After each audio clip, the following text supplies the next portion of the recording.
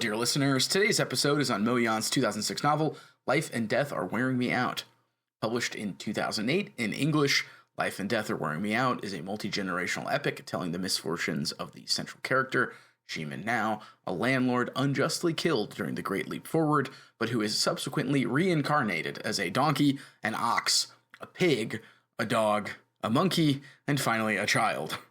Spanning 50 years, multiple characters, various currents of political history, and incidents both comic and tragic, Life and Death has frankly got a lot going on. On this episode, we're joined by friend of the pod, Dan, who you may remember from our early bonus episode on Kafka's The Castle. We touch on questions of xenofiction, history and narrative, and Mo Yan's self-insert character, who is depicted as being something of a dastardly person. We hope you enjoy the conversation.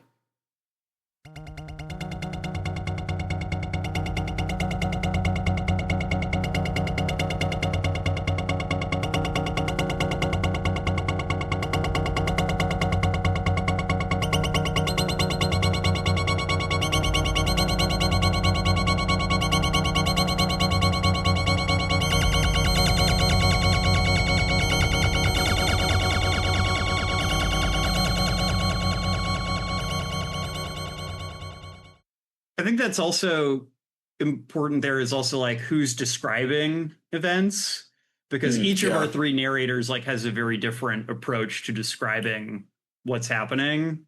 And even Ximen Nao's like approach changes as he reincarnates. Right. Yes.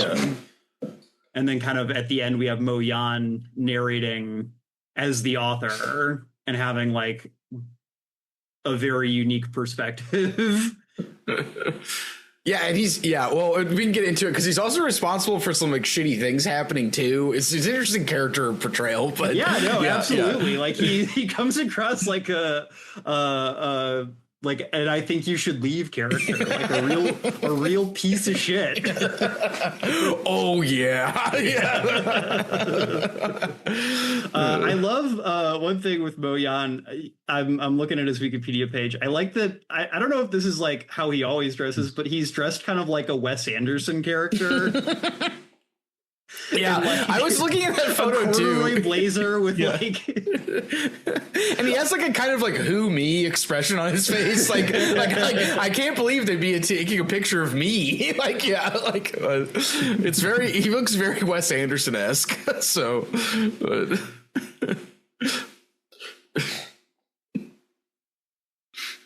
very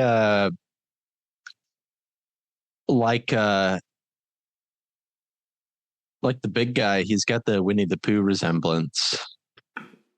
Yeah. I have no comments on that. Best not to say. Loyal supporter of the Chinese Communist Party, I'm not allowed to comment one way or the other on. I can neither affirm nor deny his resemblance to Winnie the Pooh. Yes. And this is the Infinite Library Podcast. Welcome.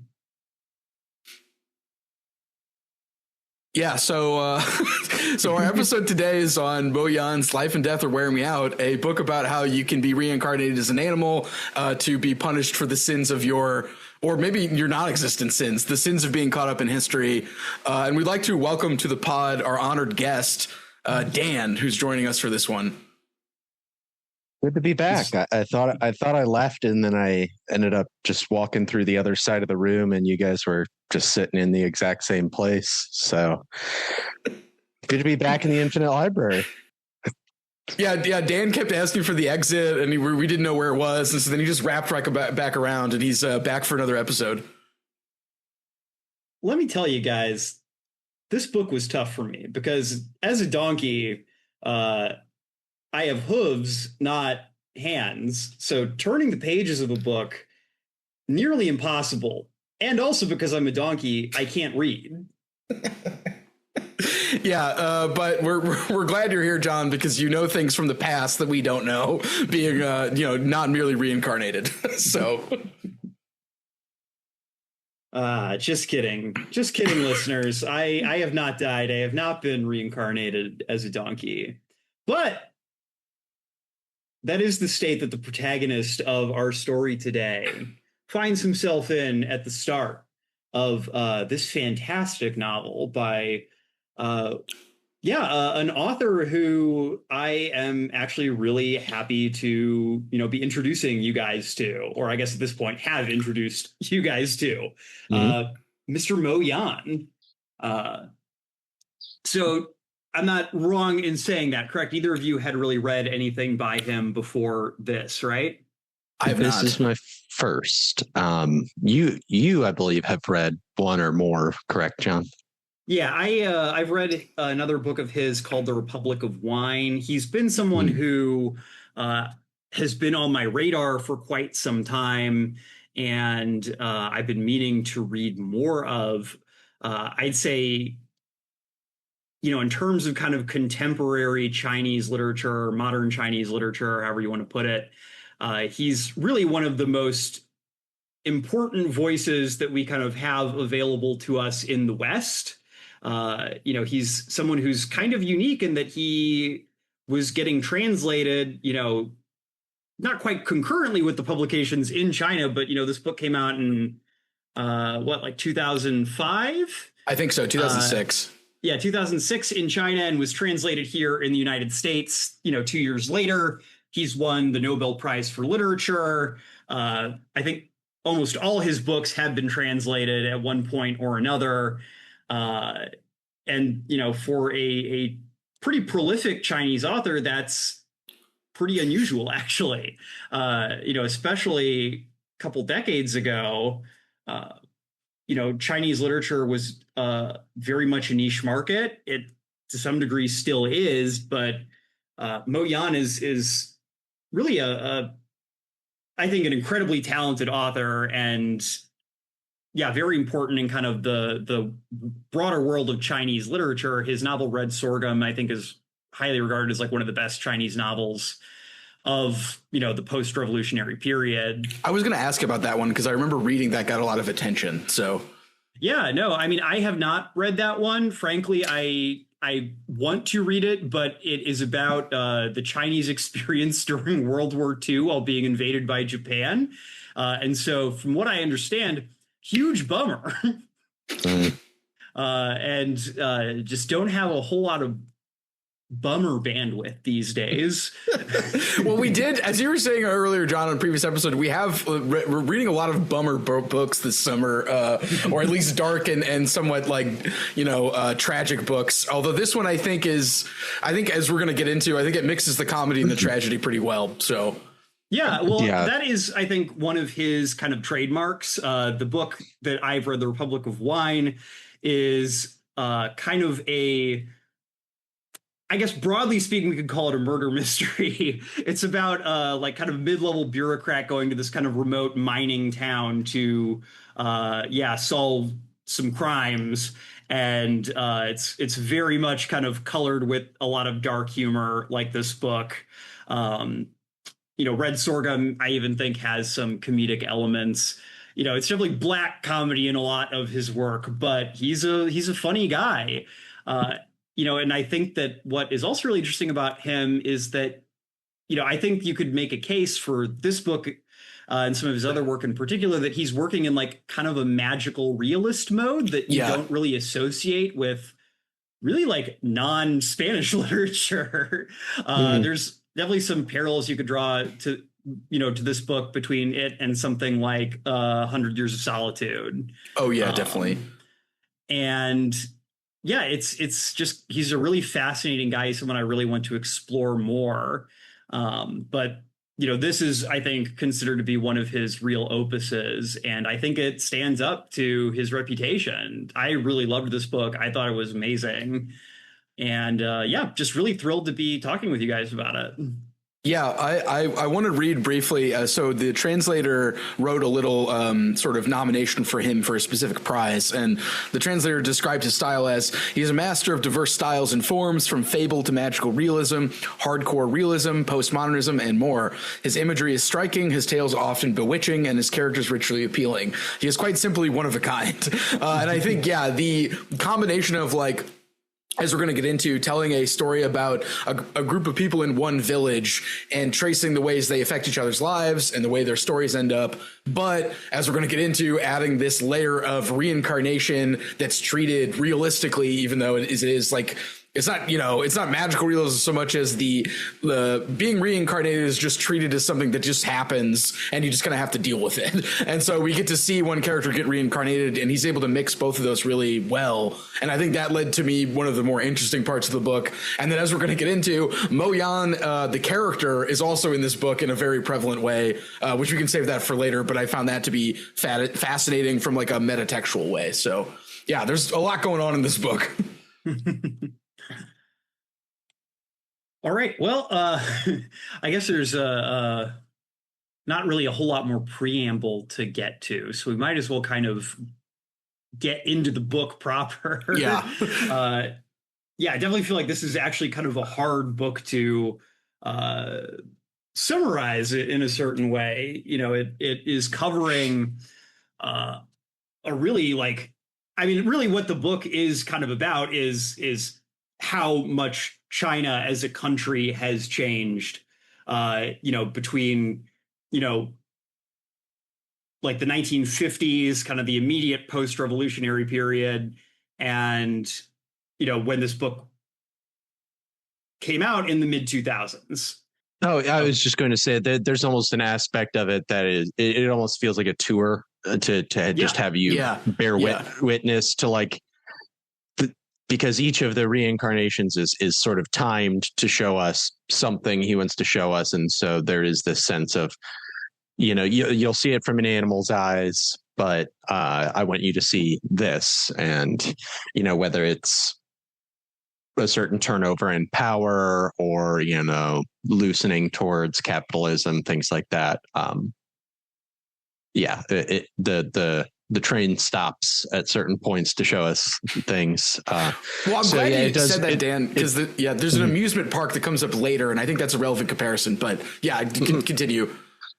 Oh no, yeah, it just has that feel of sort of a survey of you're being shown snapshots at roughly even intervals across 50 years. And, I guess what we find ourselves doing now that we've read it is sort of like trying to piece all that together into a solid 50 years. How was that ride? Yeah. Like what was the experience of the amusement park ride, the tour of Chinese history? Yes. Well, we open not in China, but in the depths of hell.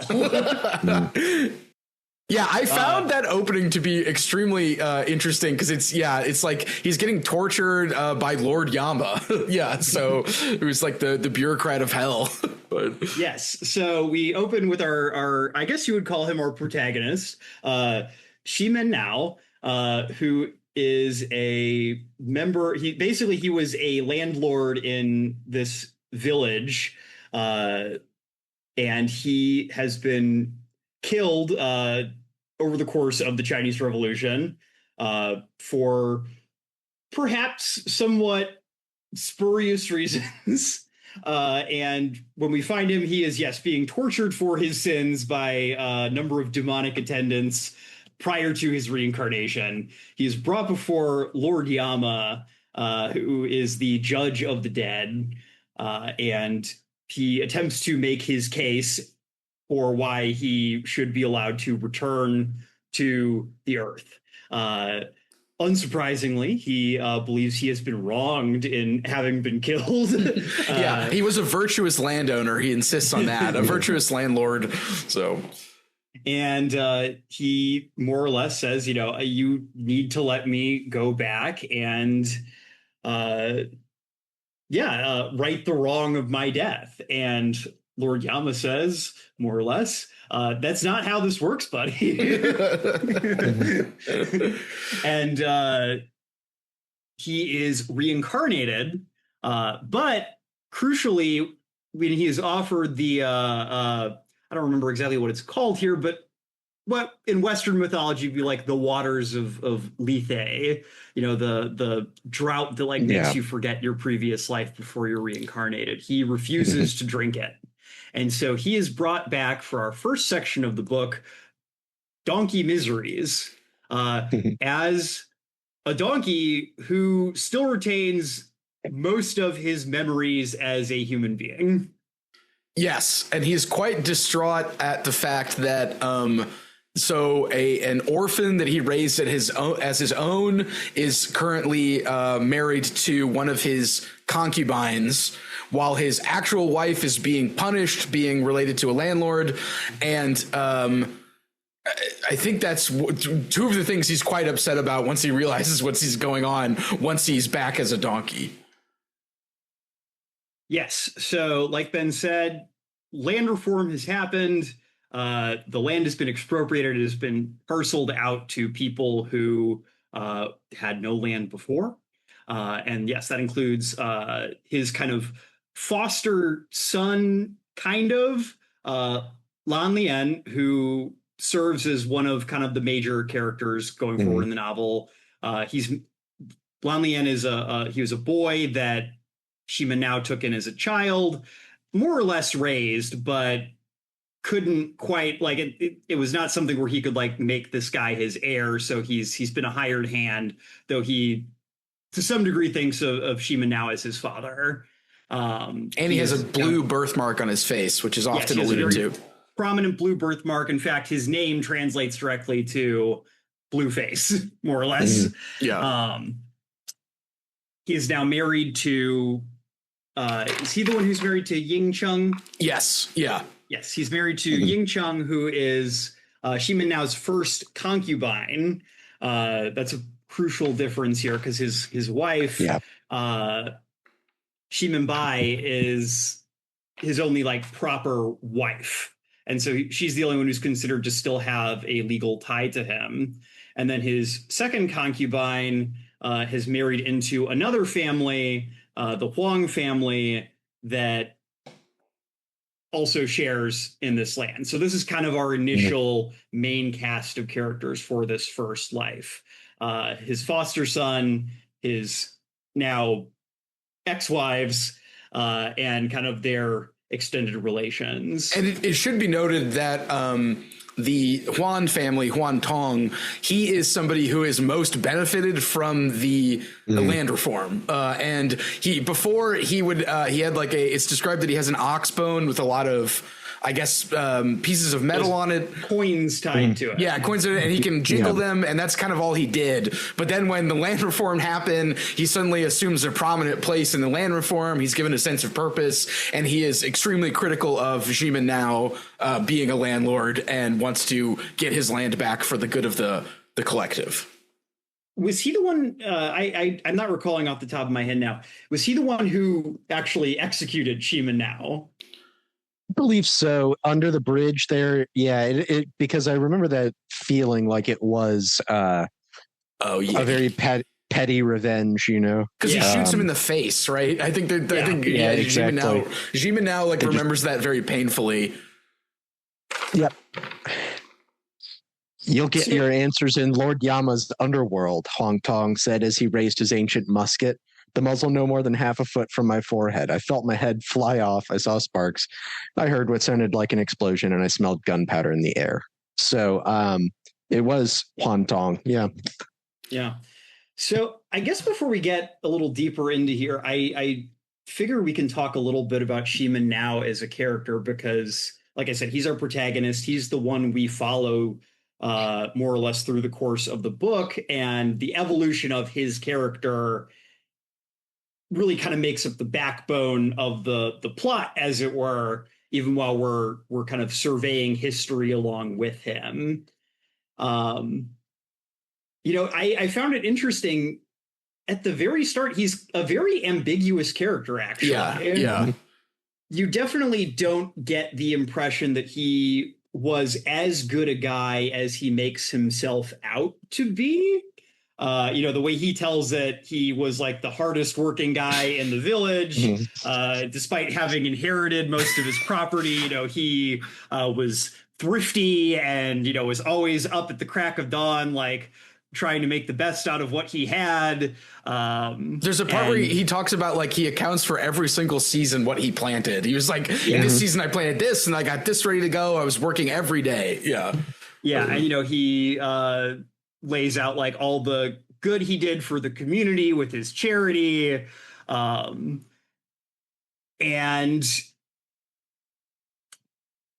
there is kind of a case where like it doesn't come across that he's exactly lying about all of that, maybe exaggerating, but he does take in like this orphan and seems to give him like a pretty decent life. There's a point later in the book where his second concubine, after he is passed, so this is while he's a donkey, like there's a story that comes out. She basically like says that he raped her and that his wife helped. Yeah. And that was a story that I found really hard to get a feel for whether or not it was true, because Sheeman now, he flatly denies it, but it's not in a way where it's like, oh, there was that time where I had sex with her and she acted weird about it. Like it seems ambiguous as to whether or not this ever happened. And, it seems like it might actually be a way of her distancing herself from their relationship so that she can have this life post-revolution and not still be tied to him. Yeah. We get that later on, and I think the most clear form with the changing of the family name with a character I'm sure we'll get to here, but that through like your degree of association with Shimen now sort of determines how good or poorly off you are. And I agree with you, John. It is hard to get a read on him. And I almost feel like it comes down to the fact that, we say landlord, but not in the renting a few apartments sense, but he's effectively a member of the nobility.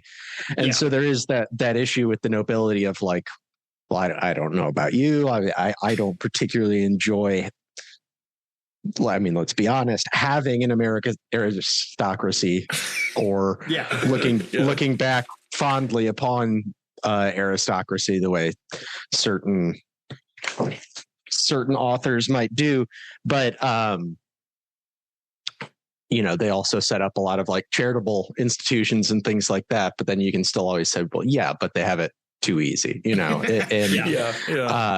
and so, yes, like the good that he does is probably outweighed by the many small ways that he trampled on people and just, like he didn't come from nothing. He increased an already existing fortune.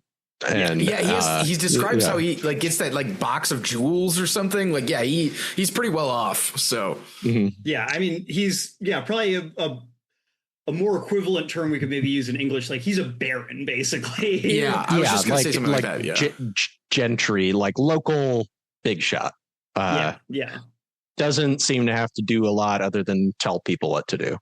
Yeah, but I definitely think that in terms of kind of like Modian's project here, it is interesting that he does make him an ambiguous character. He's not like a cartoon of like the evil landlord. He has a complexity to him from the start that does give us some sympathy towards him. There is a degree, Dan, you described it as petty. He kind of gets killed for a fairly bullshit reason, kind of outside of proper channels even. It's kind of a trumped up execution, and you do kind of get the impression it's like, I don't think he necessarily would have gone along with land reform peacefully, but you don't really get the impression that like they needed to kill him either. Yeah, it did feel like it's maybe a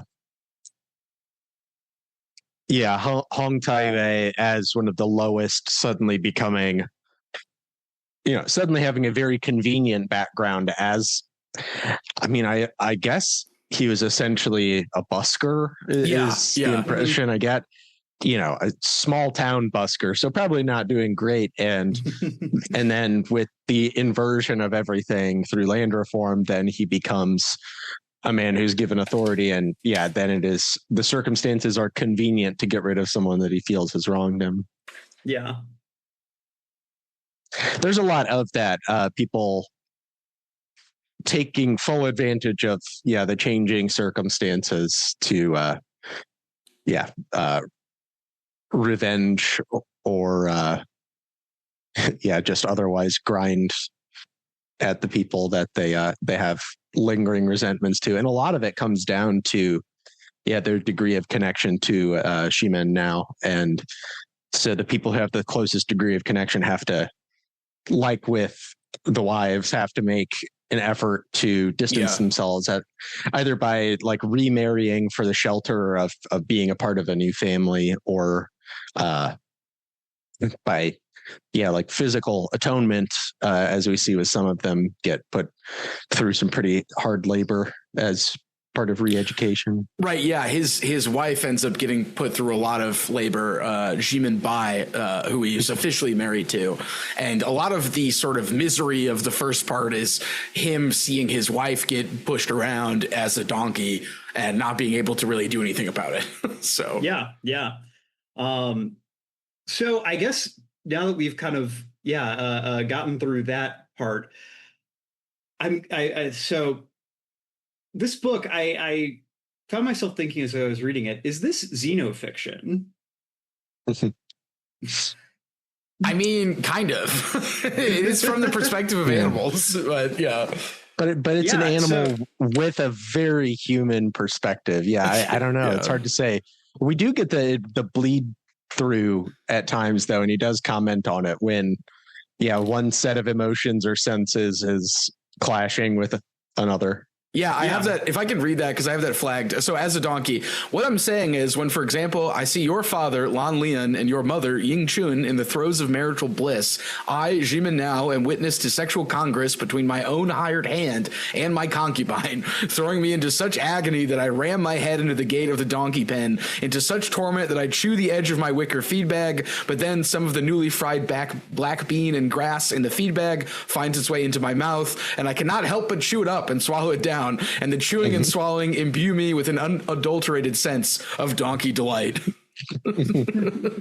Donkey delight is so great. It's almost just like, your animal like well-being just takes over your human nature, and then you're just like, man, this food is so good. So well, it's something that I really liked about this book is I think that, and I don't know what like Bo Yan's personal like thoughts on like his personal religious beliefs are, but I think that this book actually does like do a really good job like portraying like Buddhist concepts of like mind and existence. Because that's really like what's going on here is, there's his like self is as Shimen Now is like lingering in this way that it's not supposed to. This is a perversion of the natural order.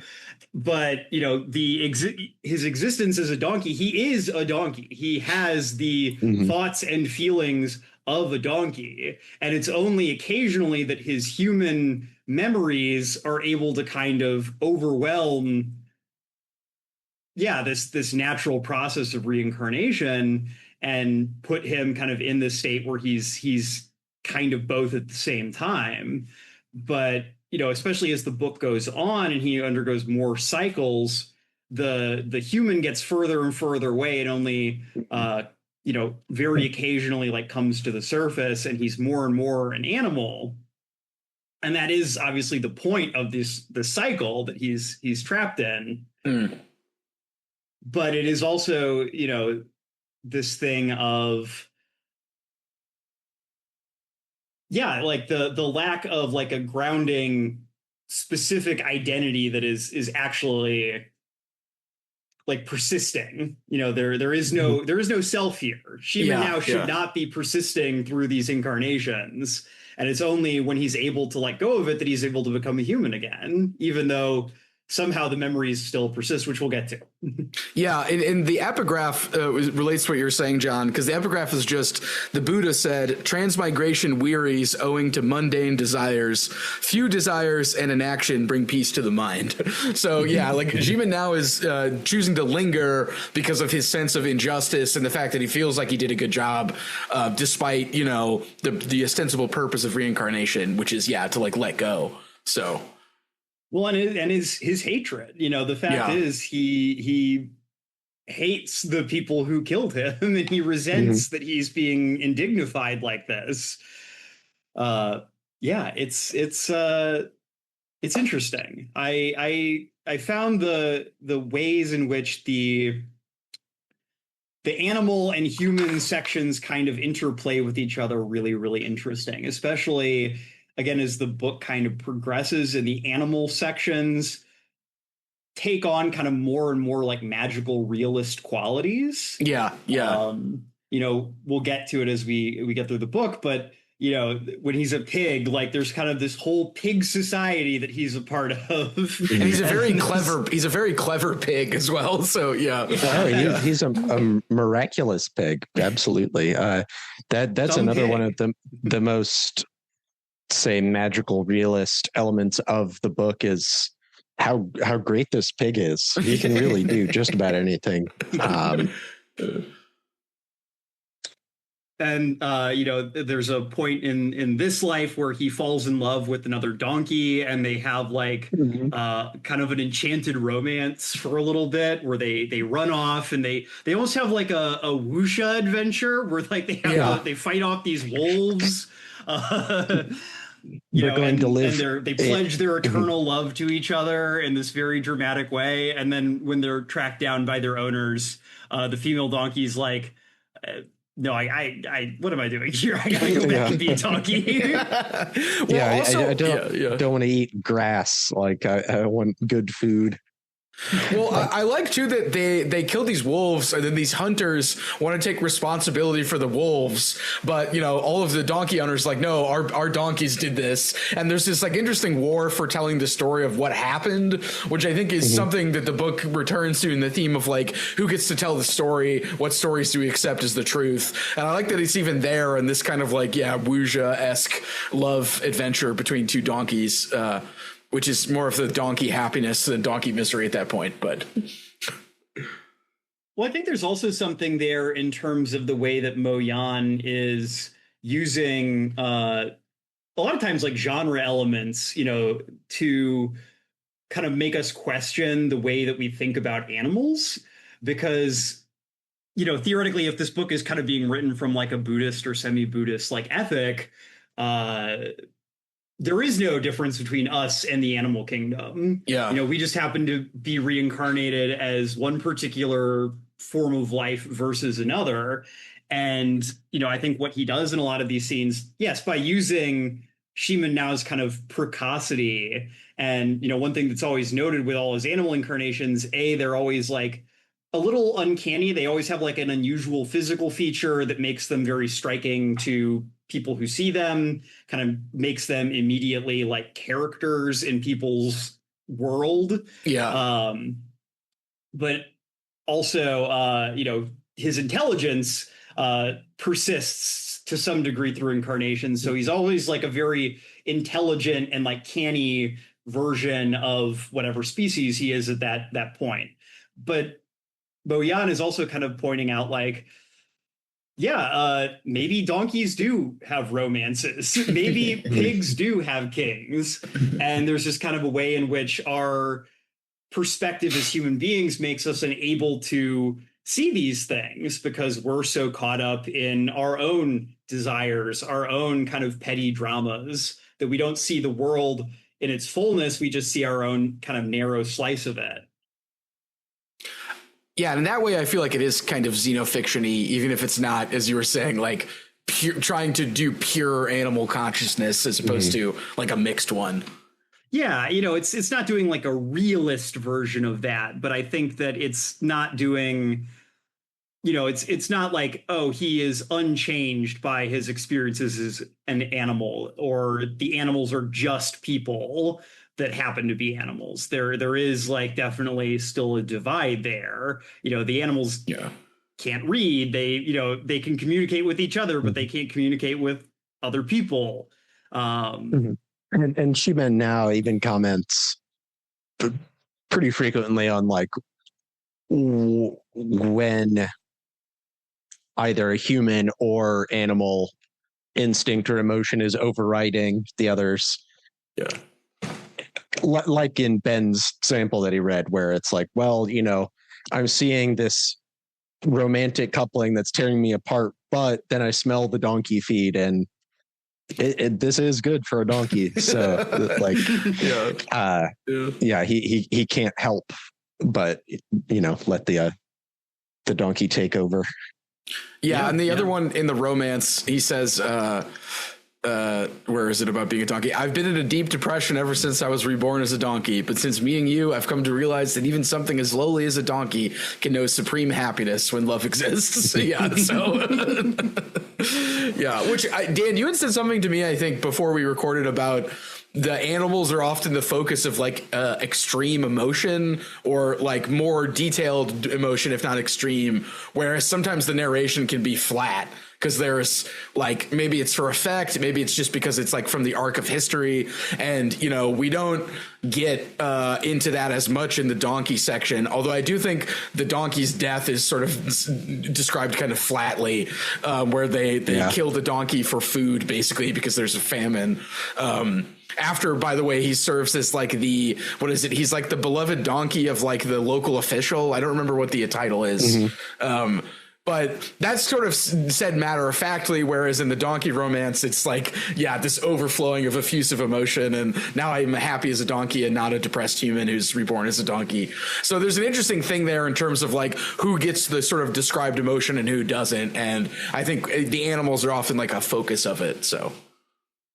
Yeah, I mean, because even when he's the mount of like the local official for a while, he describes it as like the best years of his life. He loves getting, he gets to feel important. Everybody's super nice to him because this one official really loved, like, is an ex-donkey trader and really loves donkeys. And so if anyone's mean to him, like the official will like come down on them super hard. Yeah. But it's, and then, he tragically like injures his hoof and ends up getting surrendered back to Lan Lian, who still like shows this tremendous amount of care for him and like builds like a custom prosthetic hoof for him. And it's really I mean, like you said, it's described rather flatly, but his death as a donkey is really tragic. Because it is, like basically this ravening horde of peasants like breaks into the compound, steals like all the grain that the family saved up, and then kills their beloved donkey and eats it.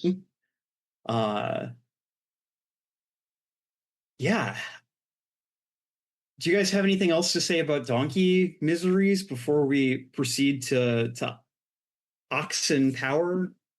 I mean, I guess just in terms of the plot, like, so I can't think of a time that this doesn't play out across the incarnations, that each thing Shimen now is reincarnated as is like an exemplar of that animal.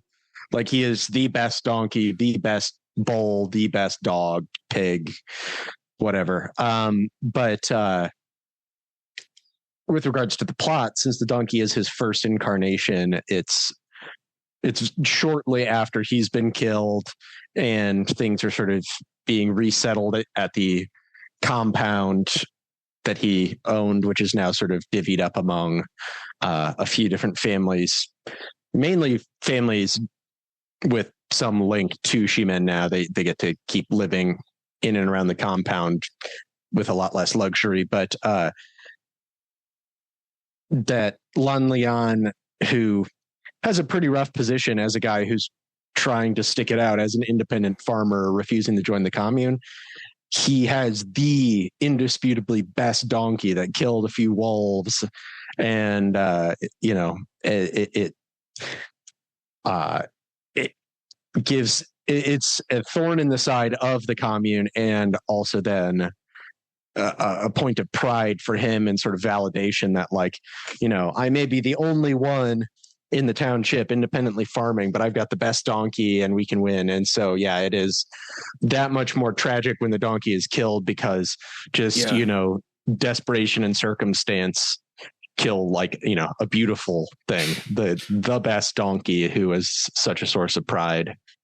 Yeah, and it helps him sort of, survive, like you said, as an independent farmer, because so the independent farming thing returns in full force in the next section. But it should be noted that Lan Lian's reasoning is that I believe Mao Zedong said that joining a collective, a commune, is optional. He did not say it's mandatory. So Lan Lian says if he changes it to mandatory, I'll do it. But since it's optional, I'm going to stick it out as an independent farmer. And that ends up kind of dooming him to a certain way of life as things go on. Although it does turn around later. So, yeah, I think we could talk a little bit more about Lan Lian here in the next chapter, because I think he's a really interesting character, and I think his relationship to Shima now, is really key to that, and kind of the way in which they almost kind of get to have the relationship that they couldn't have in life. Yeah. For these incarnations is actually a really touching part of this book, even if neither of them is, well, I guess Shima now is aware of it, but even if Lan Lian is not, it's something I found very touching throughout the story. But, before we get to that, I do think it's important that as we get into part two is actually really different from part one and from the other parts. Yeah. So at this point, we find out that the way the story has worked has not been quite what we thought. So Shima now has been narrating his story in the first person through this whole section. And at the start of part two, we find out he has been relating that to another person. And that other person is the person who actually narrates part two. And that person is Lan Jiefang, who is Lan Lian's son. So in a certain sense, he's kind of Shima Nao's grandson. Yeah. Yes. But we also find out that Shima now is narrating this story in his current incarnation, his sixth incarnation, as Lan Jiefang's own grandson. Big-headed son, Jian Su, I think, or Jian Sui. Jian Sui, yeah. So Lan Jiefang has the son that he has in the year 2000 is a Shima now, like his final reincarnation, at least in the book.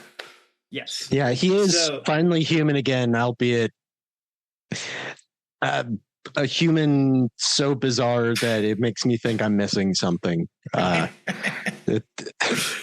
He has a huge head. He's extremely loquacious, even though he's a couple years old. 5 years old. Yeah.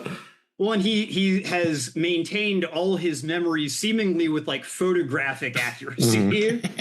And it's described at certain points when he's relating a story that his face changes to be like a donkey face and then an ox face and then like a dog face. Like his face is like shifting to reflect all of his previous reincarnations. Yeah, so there's something very uncanny going on with him and kind of hallucinatory, I guess, in this kind of, I guess, again, like magical realist mode. But yeah, whatever prodigious quality that has followed Shima now through his incarnations has persisted and has created like this irony of he is relating his life to his own grandfather, who's also his own grandson in a certain sense. And there's even a point in this section where Lan Jiefang basically says, like, you have to stop calling me grandpa. That's too weird. Yeah, my landlord father, who is now my son.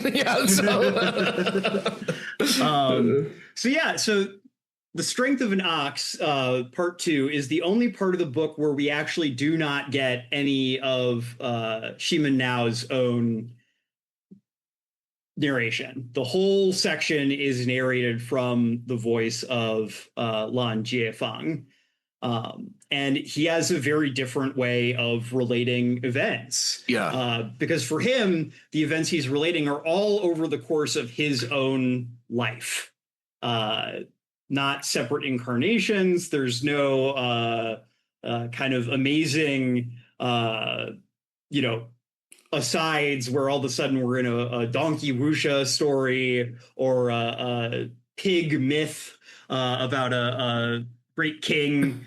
We are just kind of following a much more social realist kind of novel with the magical realist elements kind of receding into the background, still occasionally cropping up, but being much, much further back. So I guess I wanted to ask you guys, like, what do you think about kind of this structure here, the way that these two sections really contrast to each other?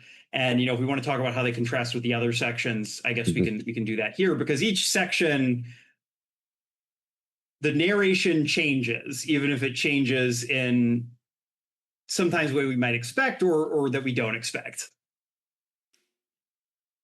Yeah, at first I thought there would be more of like a story cycle element to the whole book, in that each section would be presented differently and thus would be sort of looking back at the same characters from different eyes.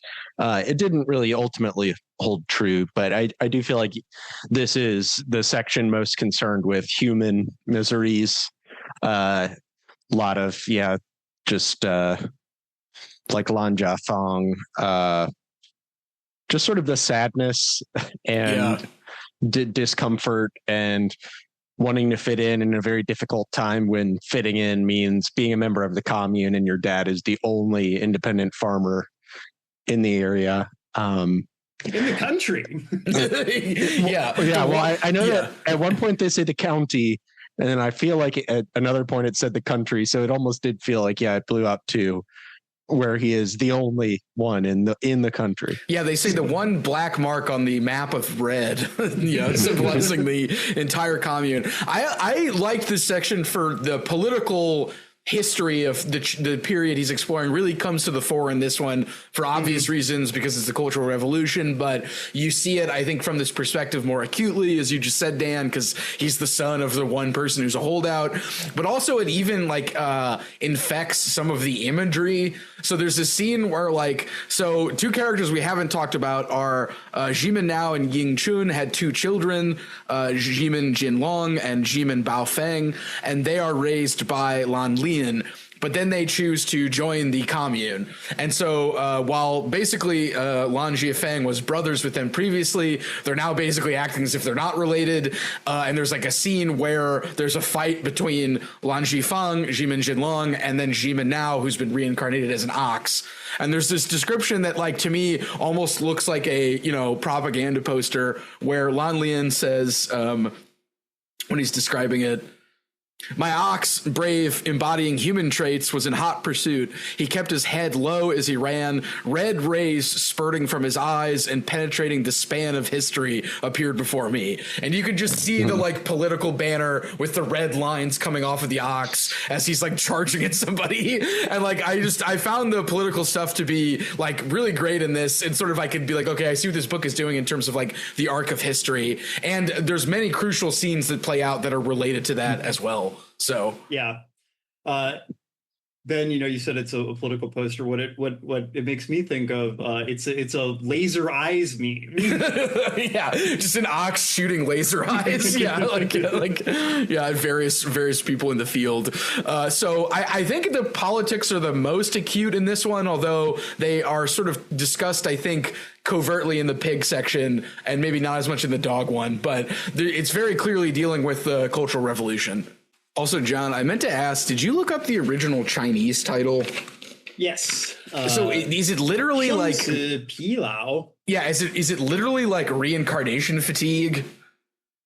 So Sheng Si is literally the characters for birth and death. So it's I guess in English it'd be life and death. And then Pilao is fatigue. So it's like life and death fatigue. Okay, yeah, because I like the life and death are wearing me out from a more like, you know, colloquial way, but something about just saying life and death fatigue is very like definitive, where it's like, yeah, both living and dying is tiresome to me. So yeah, but yeah, I don't know if it's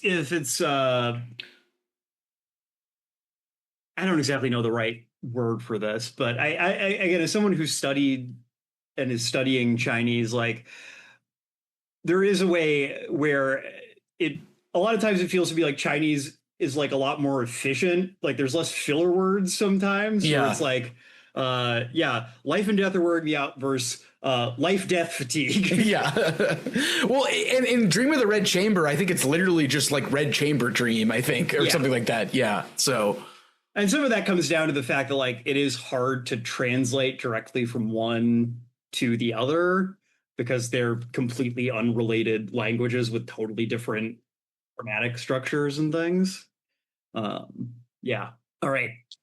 So yeah, we left off. We were talking about the politics in this section. Yeah. Yeah. So I agree. I found the political stuff in this section to be really interesting and definitely like at the fore. I do wonder, you know, there's something interesting going on here with the politics in this book where I wonder if part of the reason we're kind of reading this as the most political, like explicitly political section is because the Cultural Revolution is one of the like few things that we learn about in like Western education about the like Chinese like modern history.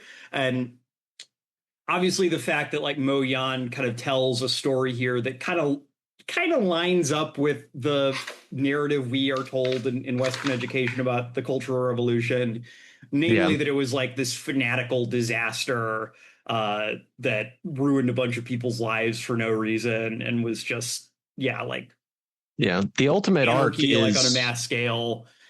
The ultimate arc is pretty Western friendly, I would say. Like it didn't challenge what I was taught that much, where the one independent guy does end up winning out and becoming, you know, beloved by the end. But I do feel like I don't know if it's just by being given like a number of 5 or, you know, 6 incarnations. I was sort of grappling with that structure the whole time. What do these stages? What's different? What is the point of this stage? And I think in this section, as the cow, he's the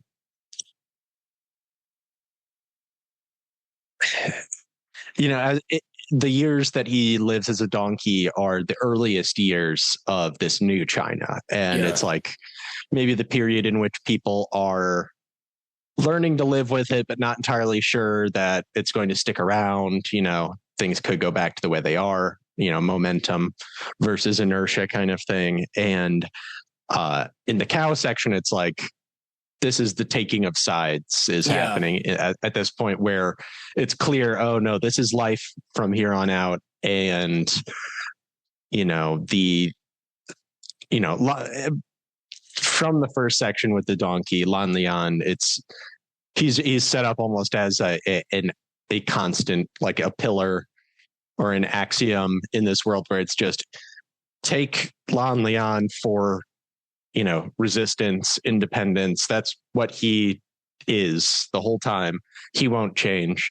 And so everyone else has to decide where they're going to be between the two poles of the commune and independent farming as represented by solely Lan Lian, or I guess you could say the red and the blue, since he's, I don't know if John, Chinese scholar,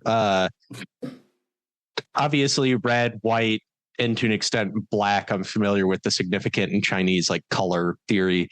Any significance to blue, since like Lan Lian and his son are literally like branded with the color blue. And they do bring it up a lot as like the blue face, you know, the descriptor. Yeah.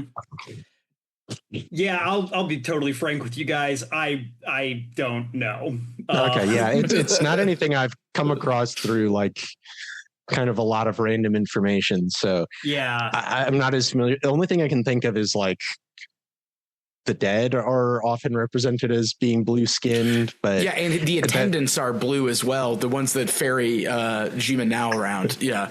Yeah. And which I will say, I do love the sort of Three Stooges atmosphere of Lord Yama's underworld, where Shimen now, each time he's there, he's just being harangued by terrible little imps or, being yelled at, trying to get a word in edgewise, and they just trick him again and again.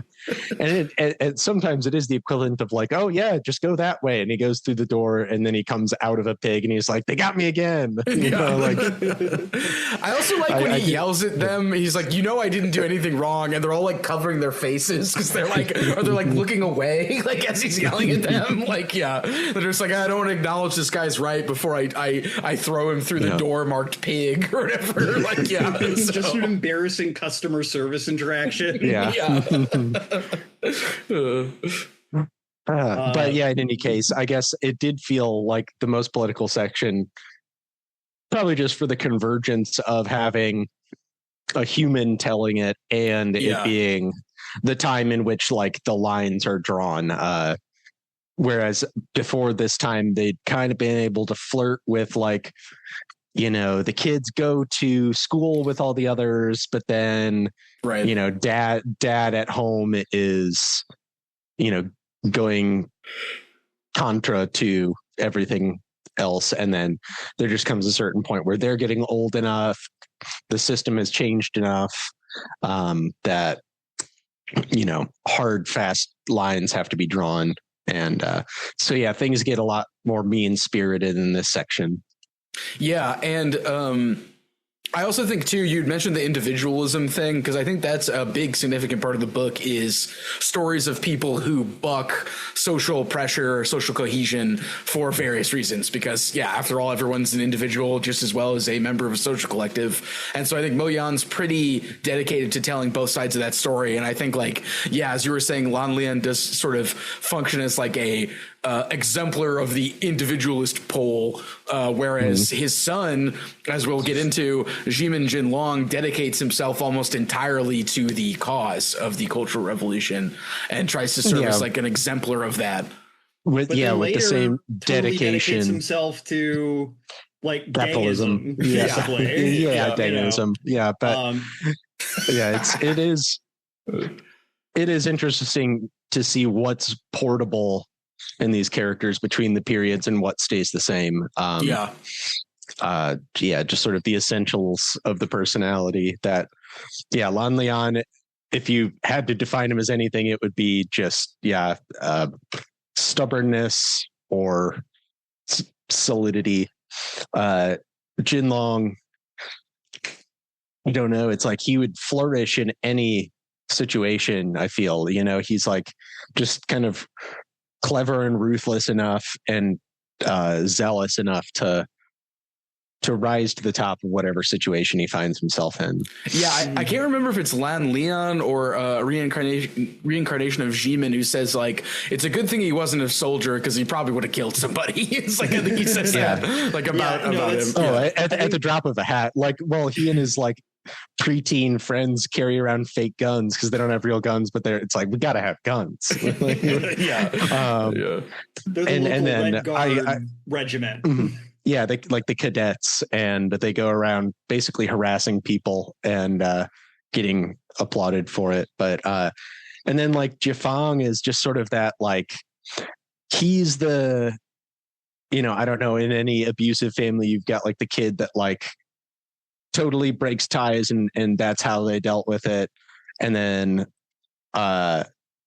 you might have sort of a Stockholm syndrome sort of situation, and that's much more Lan Jifang, where it's like he can't give up on his dad. He does love him. He like sees that he's brave, but doesn't have the same like fire in him that's driving Lan Lian. So he's like doing it out of a love of his father, but it's filial obligation. It's really, really hard for him, and he doubts it constantly. Like, just why did I pick the hardest route. He doesn't have the same drive that his dad does, and it makes it so much harder for him.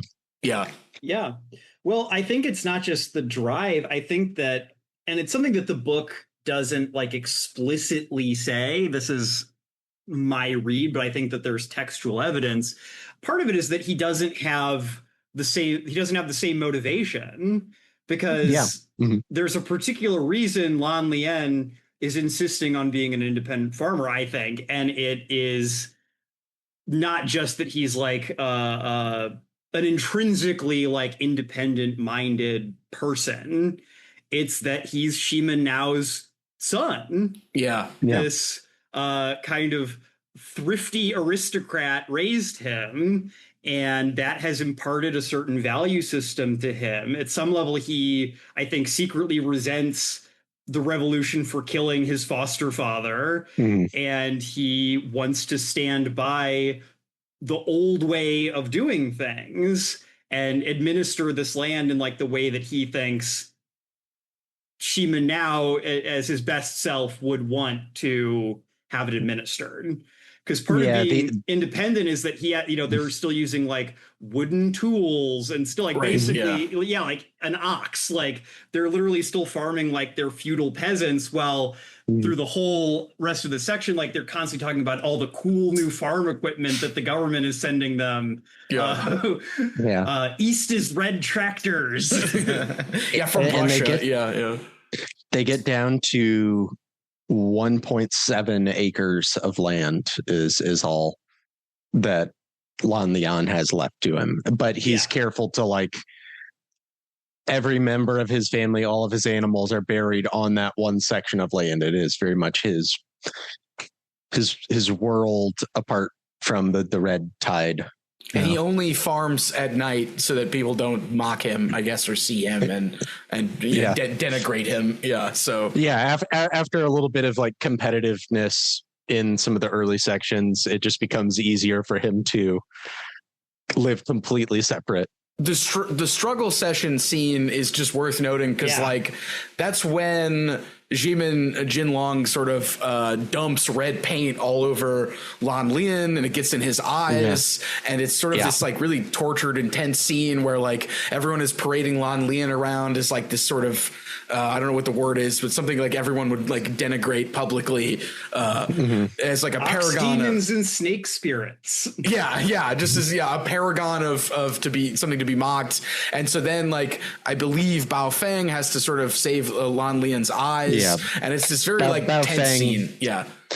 Bao Feng is interesting in that she is just purely kind throughout the whole thing. She's joined the commune, but she is come back to the village as sort of a local doctor, midwife, veterinarian, nurse. These are all things she does over the course. Yeah.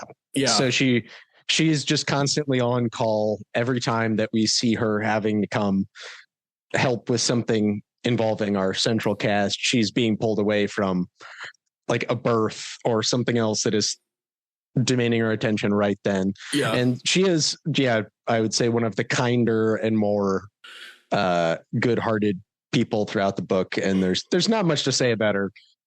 You'd think there'd be more given that she's, the sister of that trio, but she's just nice. Yeah. Well, and I think, go ahead, Ben. Well, I just was going to say, and so that scene is like the height of kind of the taking sides, bullying, oppressive air, and it's pretty like the story takes a while describing it. There's, I think, that bit where the birds fall from the sky and everybody devours the birds because there's like such a food shortage. It's sort of like a bravura chapter. I believe the chapter heading says like a long essay is provided or something, which is like Mo Yan being like, I'm going to take some time with this whole scene. But we get like the height of everything, and there's like it's like a high emotional pitch in that episode. So yeah.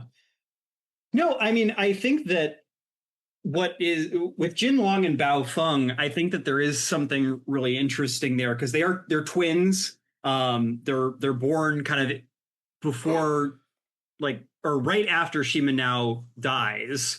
And I think that like Mo Yan is kind of making a point about, it is kind of this theme of like the fluidity of identity. Like, again, anatman, no self in the Buddhist parlance. And so, you know, I don't think Mo Yan obviously is like resolutely like anti-communist revolution.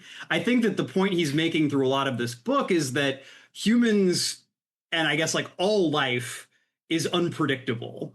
And we think we have these like very controlled ways of making sense of the world. I think that Marxism in particular, with its kind of very rigid ideas about historical materialism and the way societies evolve and develop, at least in kind of a certain sense of Marxism, you know, has this very clean, like, Enlightenment view of human nature, where it's like, if you just put the right incentives in front of people and you just like have the right carrots and sticks, like, people will behave how you want them to. And, you know, capitalism, same thing, you know, maybe again a little less ideologically resolute in that fact. But, you know, it's this kind of like dialectic of Enlightenment sense of like, if, you know, people are reasonable, and if you incentivize them the right ways, they'll do what they want. They'll do what you want. And, you know, if this was like a full on like patriotic novel, like written in China in the 1970s or in the 1960s, both Jinlong and Baofeng would either both end up being perfect paragons of the revolution, you know, fully throw off the feudal remnants of their heritage and become true, you know, proletarian patriots, or they would both be cartoonish villains who, by their blood tie to the feudal aristocracy, would need to be put down by the forces of revolution. And the fact that like both of them end up kind of having half of that, Jin Long, you know, being this guy who is like the party man and fits himself into whatever the political situation requires in this way, where he is a Red Guard, then he's a Dangist, and, you know, he doesn't believe in anything, but he's always like going along with whatever needs to be done, like he's told needs to be done. And Baofeng, being a doctor, you know, she had been, if the revolution had happened, she'd just be married to some guy. She'd be Shimen Bai for some other landlord somewhere. But she gets to be a doctor. She gets to have an education, gets to care about people, you know, in this way that maybe pre-revolution she wouldn't. So I think he's saying, you know, so much is contingent in the world, and we can't predict what happens, you know, in the scope of history, and especially in this like 50-year block as well. So I had one other thing. I think this is also the first section where Mo Yan appears as a character. The despicable, not to be trusted Mo Yan as he's presented in the narrative. Yeah, he first shows up as kind of just the most annoying kid in the village. He comes up with all the slogans that are used to bully Lan Lian. Like, he's the one who comes up with all of them. That's where his genius lies, is like coming up with the little mean couplet that sticks in everyone's head and becomes someone's nickname. But he also gets punished a lot. Like it has a very slapstick element when he's involved. Usually he's either getting hit or he gets electrocuted while peeing at one point. Which is incredibly slapsticky. So but we didn't mention it in the first section, but there are several points in the donkey chapter where Shima now references, like, in a story by Mo Yan, you know, there's a passage that says this, and you don't quite get where that's going in that first section. You figure, like, okay, Mo Yan's inserting himself into the story for some reason. Like, he exists in the world of the story.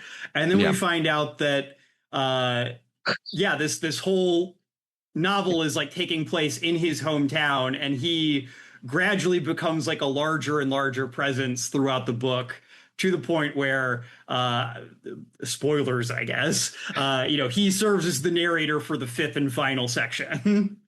He also causes some tragedy to happen as well, which we'll talk about that when we get to the pig section. But when he suggests that Lan Jifang and Jimin Jinlong marry the opposite of the two sisters that they love, like it's his suggestion supposedly, and he's like, yeah, they should do that. And he sort of dooms both of them to unhappiness and like infidelity in some way, which I think is interesting that he puts himself even at that level as opposed to just being like an annoying guy. He's also like causing misfortune as well. So, well, I think that's like what he's doing. Like, he's the author. Yeah. He is.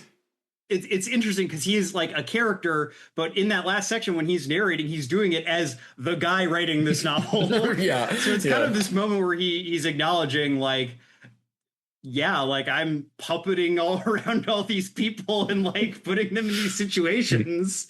I don't have to be doing this. Also, I think it's worth noting that Mo Yan's name means literally don't speak because his parents basically would tell him not to open his mouth in public because he was constantly saying things like during the 50s and the 60s that was getting him in trouble. And so, again, it's also interesting being an author and your name is literally like don't communicate, like, which again is like there's a nice irony there, too. So.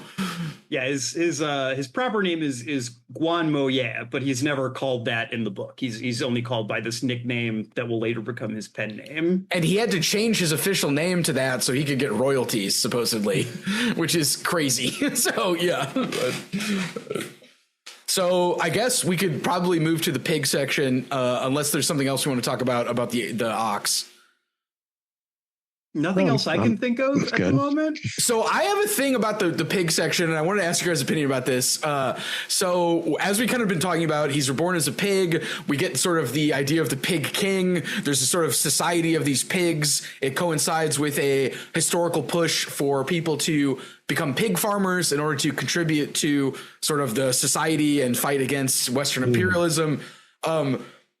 Is the pig section supposed to be kind of like about like autocratic, like authoritarian leaders, like the idea that there needs to be one person in charge, the king pig, but he might not be deserving or not? Because I feel like there's like a mythic, I think you had said mythic, John. The story shifts in this interesting register that I found hard to pin down. And I wondered if it had something to do about Mao Zedong. Yeah. You talked about Jimin Jinlong becomes like a Dangist, but there's something interesting going on. It's almost like Animal Farm-y in some places. And he's like a wonderful, beautiful pig.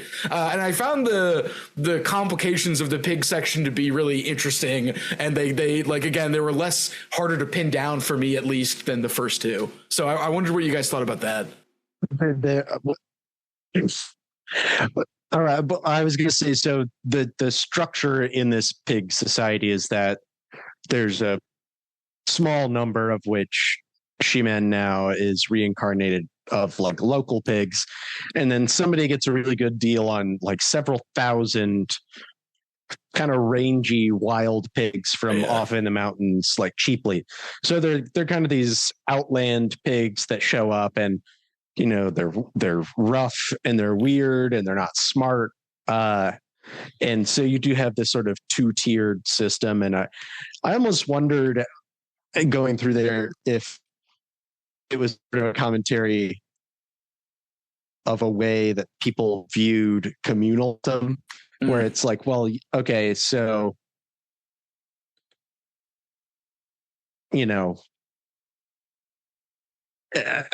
there is value in knowledge as well. And, you know, the uplifting of labor to the detriment of knowledge means that, like, we have just all of these kind of wild laborers in control now, and they need to be kind of steered by the people who actually know, you know, just like an the intelligence. vanguard. Yeah, like a vanguard. Yeah.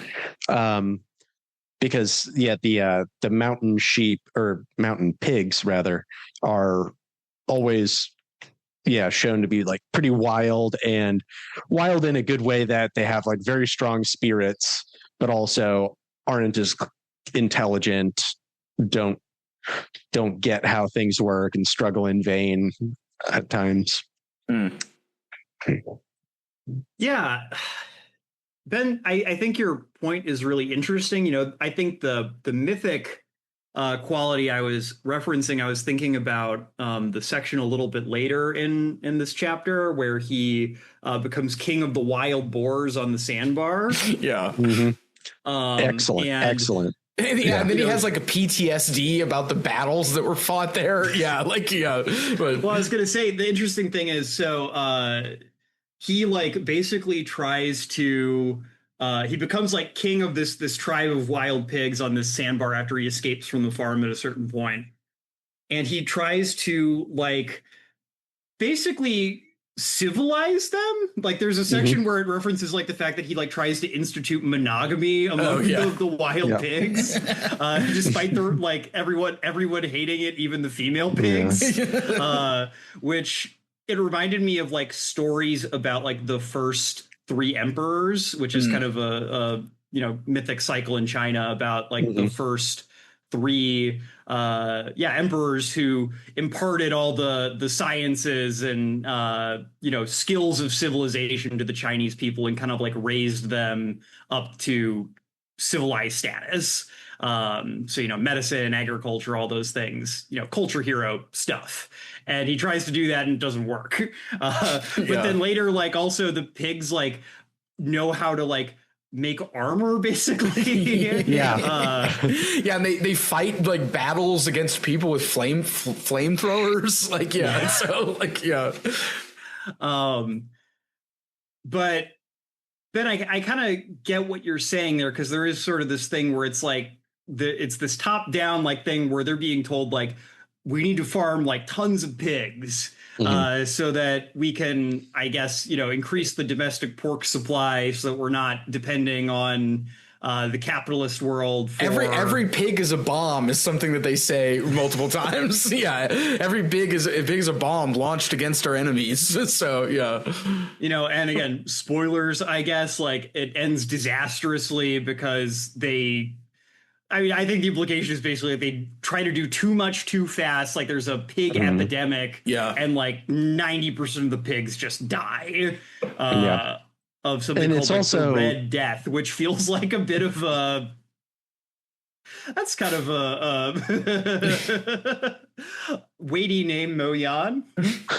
There's also the weight to the pig situation in that, like, if their village can succeed in being a great pig production center, then they've become this exemplar. The party is looking for good sources of propaganda. And so after initial success with pigs, it's like, we need to go all in on pigs so that this can be Pig Town and, we'll be beloved because we're so good at raising pigs.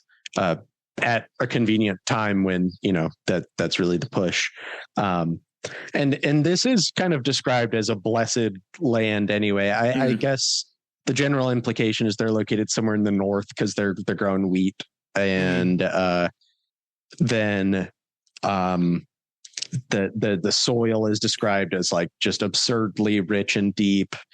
Their animals are generally quite good, and so. The failure of the pigs is sort of the failure of this village to ever really become anywhere too important. They're sort of back to just starving again, and they don't have the hope of becoming an example city. And importantly, they have to go back to individual substance farming. Lan Lian ends up on top in this section, which much to the depression and ire of Hong Taiwei, I think it was his name. Taiwei. And I think here, this section is also when more tragedy starts happening, because as I alluded to, Lan Jifeng and Jimin Jinlong end up marrying their opposite interested people as a way to fix their insanity because they both independently go insane, as well as Hong Taiwei rapes Jimin Bai and she kills herself. So there's like some really intense stuff that happens in this section on top of, as you were saying, this kind of like crushing defeat at the end of this sort of like, push for pig farming. I think it's also the funniest section though, which is Yes. I think the contrast there is really good because this is definitely like the section where we see Shima now like getting into the most hijinks like from the jump. Like immediately like as soon as he's born, like he's like the runt of the litter, but he's so like he gets so obsessed with how good like pig milk tastes that he becomes like the biggest, fattest pig in the world.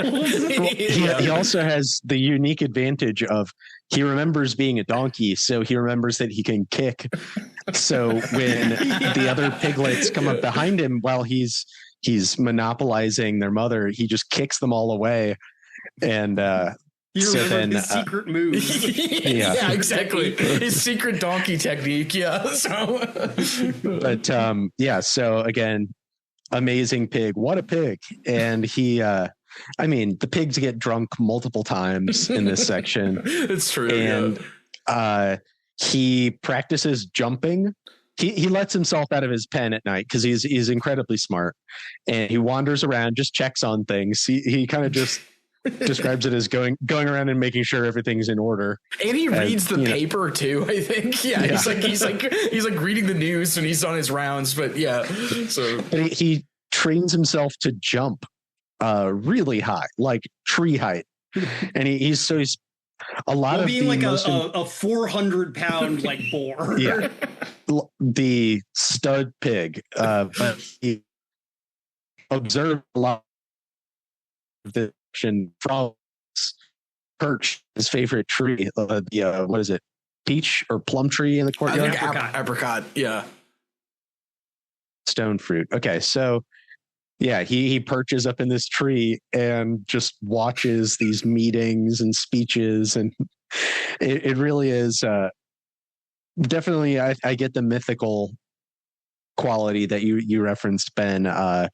The humor and sort of like lesson teaching, everybody really seems to fall into a role. Definitely.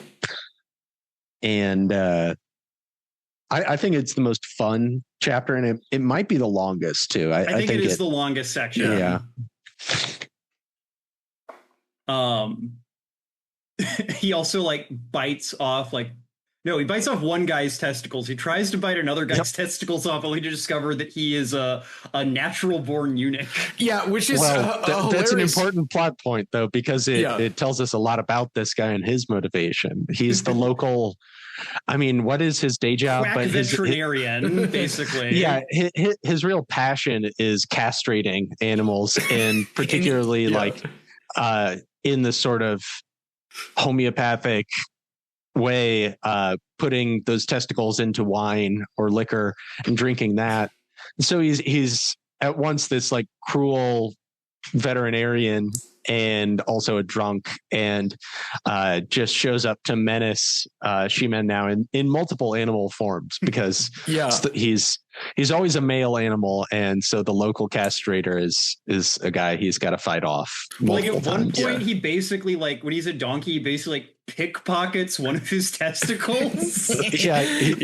Well, because he had 3. That's why he was such a great donkey. And he calls it stealing apricots under the leaves or something. Like it's a secret kung fu technique. His secret technique. Just slicing off gonads and then just gulping them down. He is good at it, because isn't it just like the donkey rears up and in an instant he's under there and just that's what I mean. Snips. Like it's not all hot air. He really does have a talent. But he's a natural born eunuch, so that's why he wants the balls. So. Yeah, but She-Man now basically again in kind of another like epic moment, like he kills this guy to get revenge on like his like rival like pig who he like defeats in combat to be like the king pig, but then like develops a grudging respect for, and then he kind of gets like brutally castrated, the other pig does, and so She-Man now is so like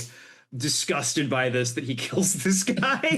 And then he pulls his pants down, and he's a natural born eunuch, and that explains why he's so obsessed with it. So like it feels very much like a Yakuza sort of like relationship, him and the pig. Been playing a lot of Yakuza lately, and I think it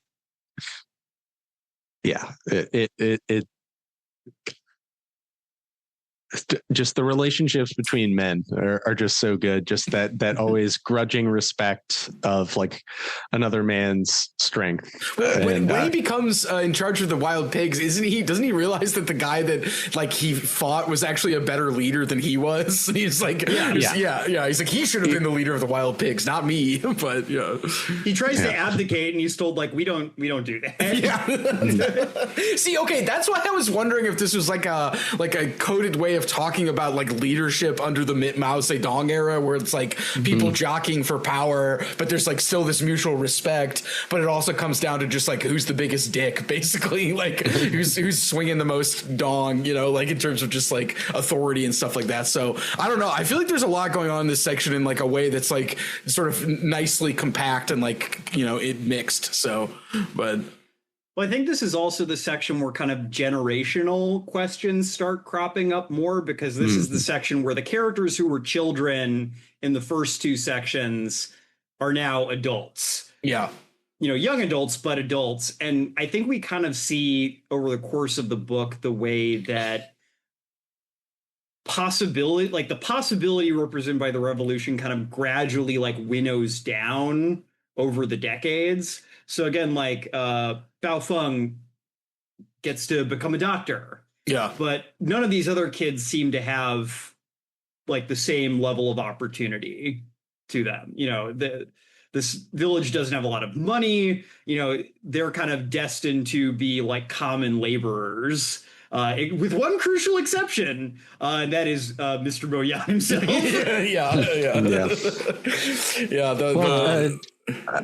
Jin Long does pretty well for himself later on. Well, honestly, the main cast of kids by the 90s are doing fine, but that almost seems like a sort of just everybody washes up like, never thought it would have ended up like this, huh? I guess what I mean is more like, with the revolutionary generation, there's all this possibility. And it seems like as things go on, like the questions of brute economics become more and more essential. Yeah. People do seem more cynical and realistic and less, zealous. Well, speaking of that, as he says at one point, Mo Yan does in the book, people in the 1950s were innocent. In the 1960s, they were fanatics. In the 1970s, they were afraid of their own shadows. In the 1980s, they carefully weighed people's words and actions. And in the 1990s, they were simply evil.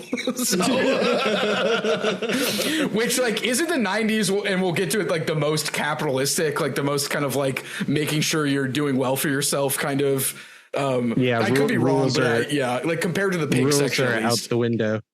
So because Jin Long's bravado just gets applied to making money, and he just becomes a bastard for that instead of for communism. Like he basically becomes like Ben Horn from Twin Peaks. Like, just Jerry, like evil developer from a 1980s movie.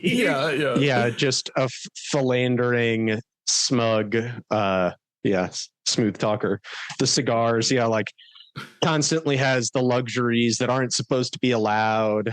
I'd like, and Jimin as a dog says how he has like, he's bald and he has like a huge pot belly, and like he doesn't look that good, and he's like secretly dating that other lady, the Pang Kang Mie. The pig section, I think pretty great. I guess we should move on to the dog one. Yeah. I mean, I can't think of, I guess this is the funniest like reincarnation sequence, I think, too, because this is the one where Lord Yama basically does like some real Looney Tunes stuff where he tells Shima now, like, you know what, I agree with you. You really, because he like he dies as an ox in like a particularly horrific way we didn't really get to. Like he basically just like gets terrible, worked to death in like a really dramatic by Jin Long, by his son. But he crawls and manages to die on Lan Lian's, and technically Shimin Nao's Land. Just he crawls just across the border and lays down and dies. So yeah, pretty rough. But yeah, Lord Yama's like, you know what? I agree. That was a really fucked up way you went out there. You can come. You know what? I'm gonna do you a solid. I'm gonna let you like come back as like the son of like a governor and like an actress in like a peaceful, rich country. Your dad drives an Audi. Your mom drives a BMW. Yeah. You're gonna be rich and happy your whole life. And Shiva now's like, oh boy, and then he like jumps off to get reincarnated, and he's like, God damn it, yeah, I'm a pig, like, and I'm in the same place again. Well, and I guess it's the next interstitial in the underworld then, where the woman who brews the potion of forgetting, because Shimen now tells Lord Yama like he remembers something, and Lord Yama's like, you're not supposed to remember anything. And then the lady's mad at him for making her look bad, and she tortures him as well. Well, and also we forgot to mention that it's on the first page, he has just survived the most stringent torture of the underworld, which is being deep fried. He's being deep fried. He's crackling like fried stuff. We should also say that he dies as a pig saving a child. There's a child that falls into the water. I don't remember which kid, but that's how he dies as a pig. And then he gets reincarnated as a dog. Oh, there is one other thing we didn't talk about in this section that again I feel like we keep forgetting to talk about it. This is also the section where Mo Yan like starts to like get famous, basically. Because he writes like an essay about his experiences working on the pig farm, and it gets picked up by like a local publication, and he starts like to develop a name as a writer. See, there's a way you could read this book, because I looked it up. It's like his second to last book, and I wonder if he's like sort of looking at it as like here's like this my epic where I like take an account for everything I've done before, which is why there's the citations, there's why I'm talking about his like life in this village, and then Tales of Pig Farming is the story that gets the national attention that you mentioned, John. So there's also one other thing with Mo Yan that's really funny that I realized we forgot to mention, and that's there's like a quick like interstitial where they talk about how ugly he is. And they say that on the night he was born, his father had a dream that like an imp like crawled into their house as his wife was giving birth, and he says to the imp like, what are you doing here? And he's like, I used to work in Lord Yama's palace as a scribe. But now I gotta live here. And then the father wakes up and his son has been born, and it's Mo Yan. I hate my demon writer son. Oh, that's great. That was just a part that tickled me. I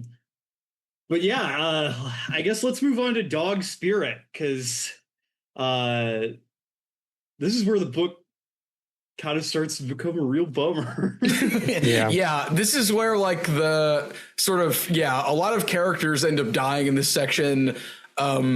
The sort of Lan Jifeng sort of enacts his father's individualism in choosing to have an affair even though he is married, and we're told also that he has a pretty cush government job and he doesn't have to do anything, I guess, but he doesn't really like it, I think. And his wife she works as she makes fried fritters, I think. She runs like a fritter shop. And the fates of several children are introduced, and they're each given a dog in the beginning of this section. And Jimin Dog is given to Lan Keifeng, who is the son of Lan Jifeng. So so that's kind of our introduction here. It's like the 1980s or the 1990s? See, this is where I couldn't tell. I assume I guess it's the 1980s, because when he's a monkey, it's the 1990s. And then he's born. He's reincarnated as the big-headed child, I think, on the year 2000. So that makes sense. Millennium baby. And he lives a pretty long life as a dog too. I think he lives to be like 13, 14, 15 years old. So I guess this is the one life where like he makes it through like more than a decade before getting offed.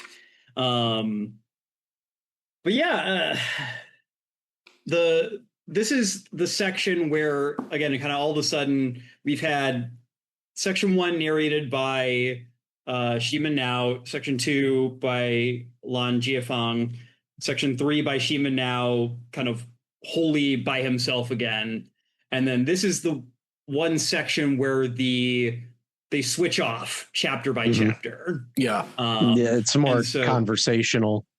Yeah, it's more conversational. There's kind of different focuses on like different characters based on who's talking, because they were each privy to different information and like doing different things over the course of this. But yeah, it's the story of this affair that Lan Jiefang has with Pang Chun Lai. It's Miao.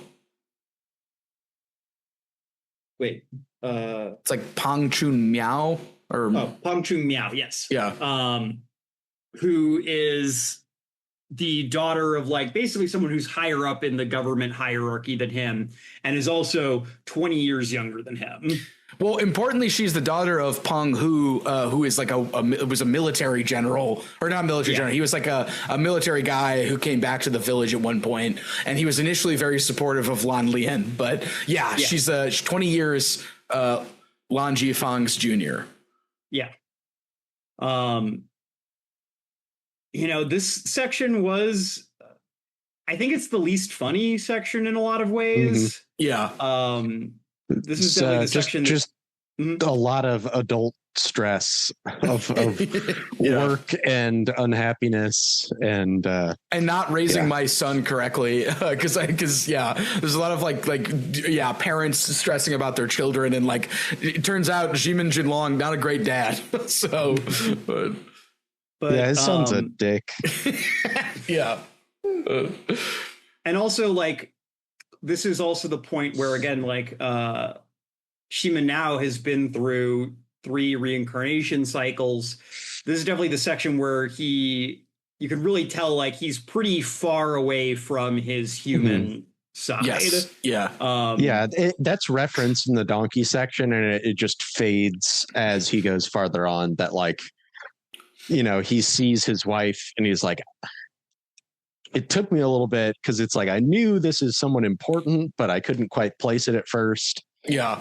And then as he goes through the further incarnations, it does feel like the emotional distance from anyone connected to Ximen Nao is much more distant. And by this point, also when he's an old dog, it does feel like you're reading from an old dog. Like he just kind of wanders around the village and everybody's kind of gone, and he just gets into a very boring routine at the house with the other dog. And it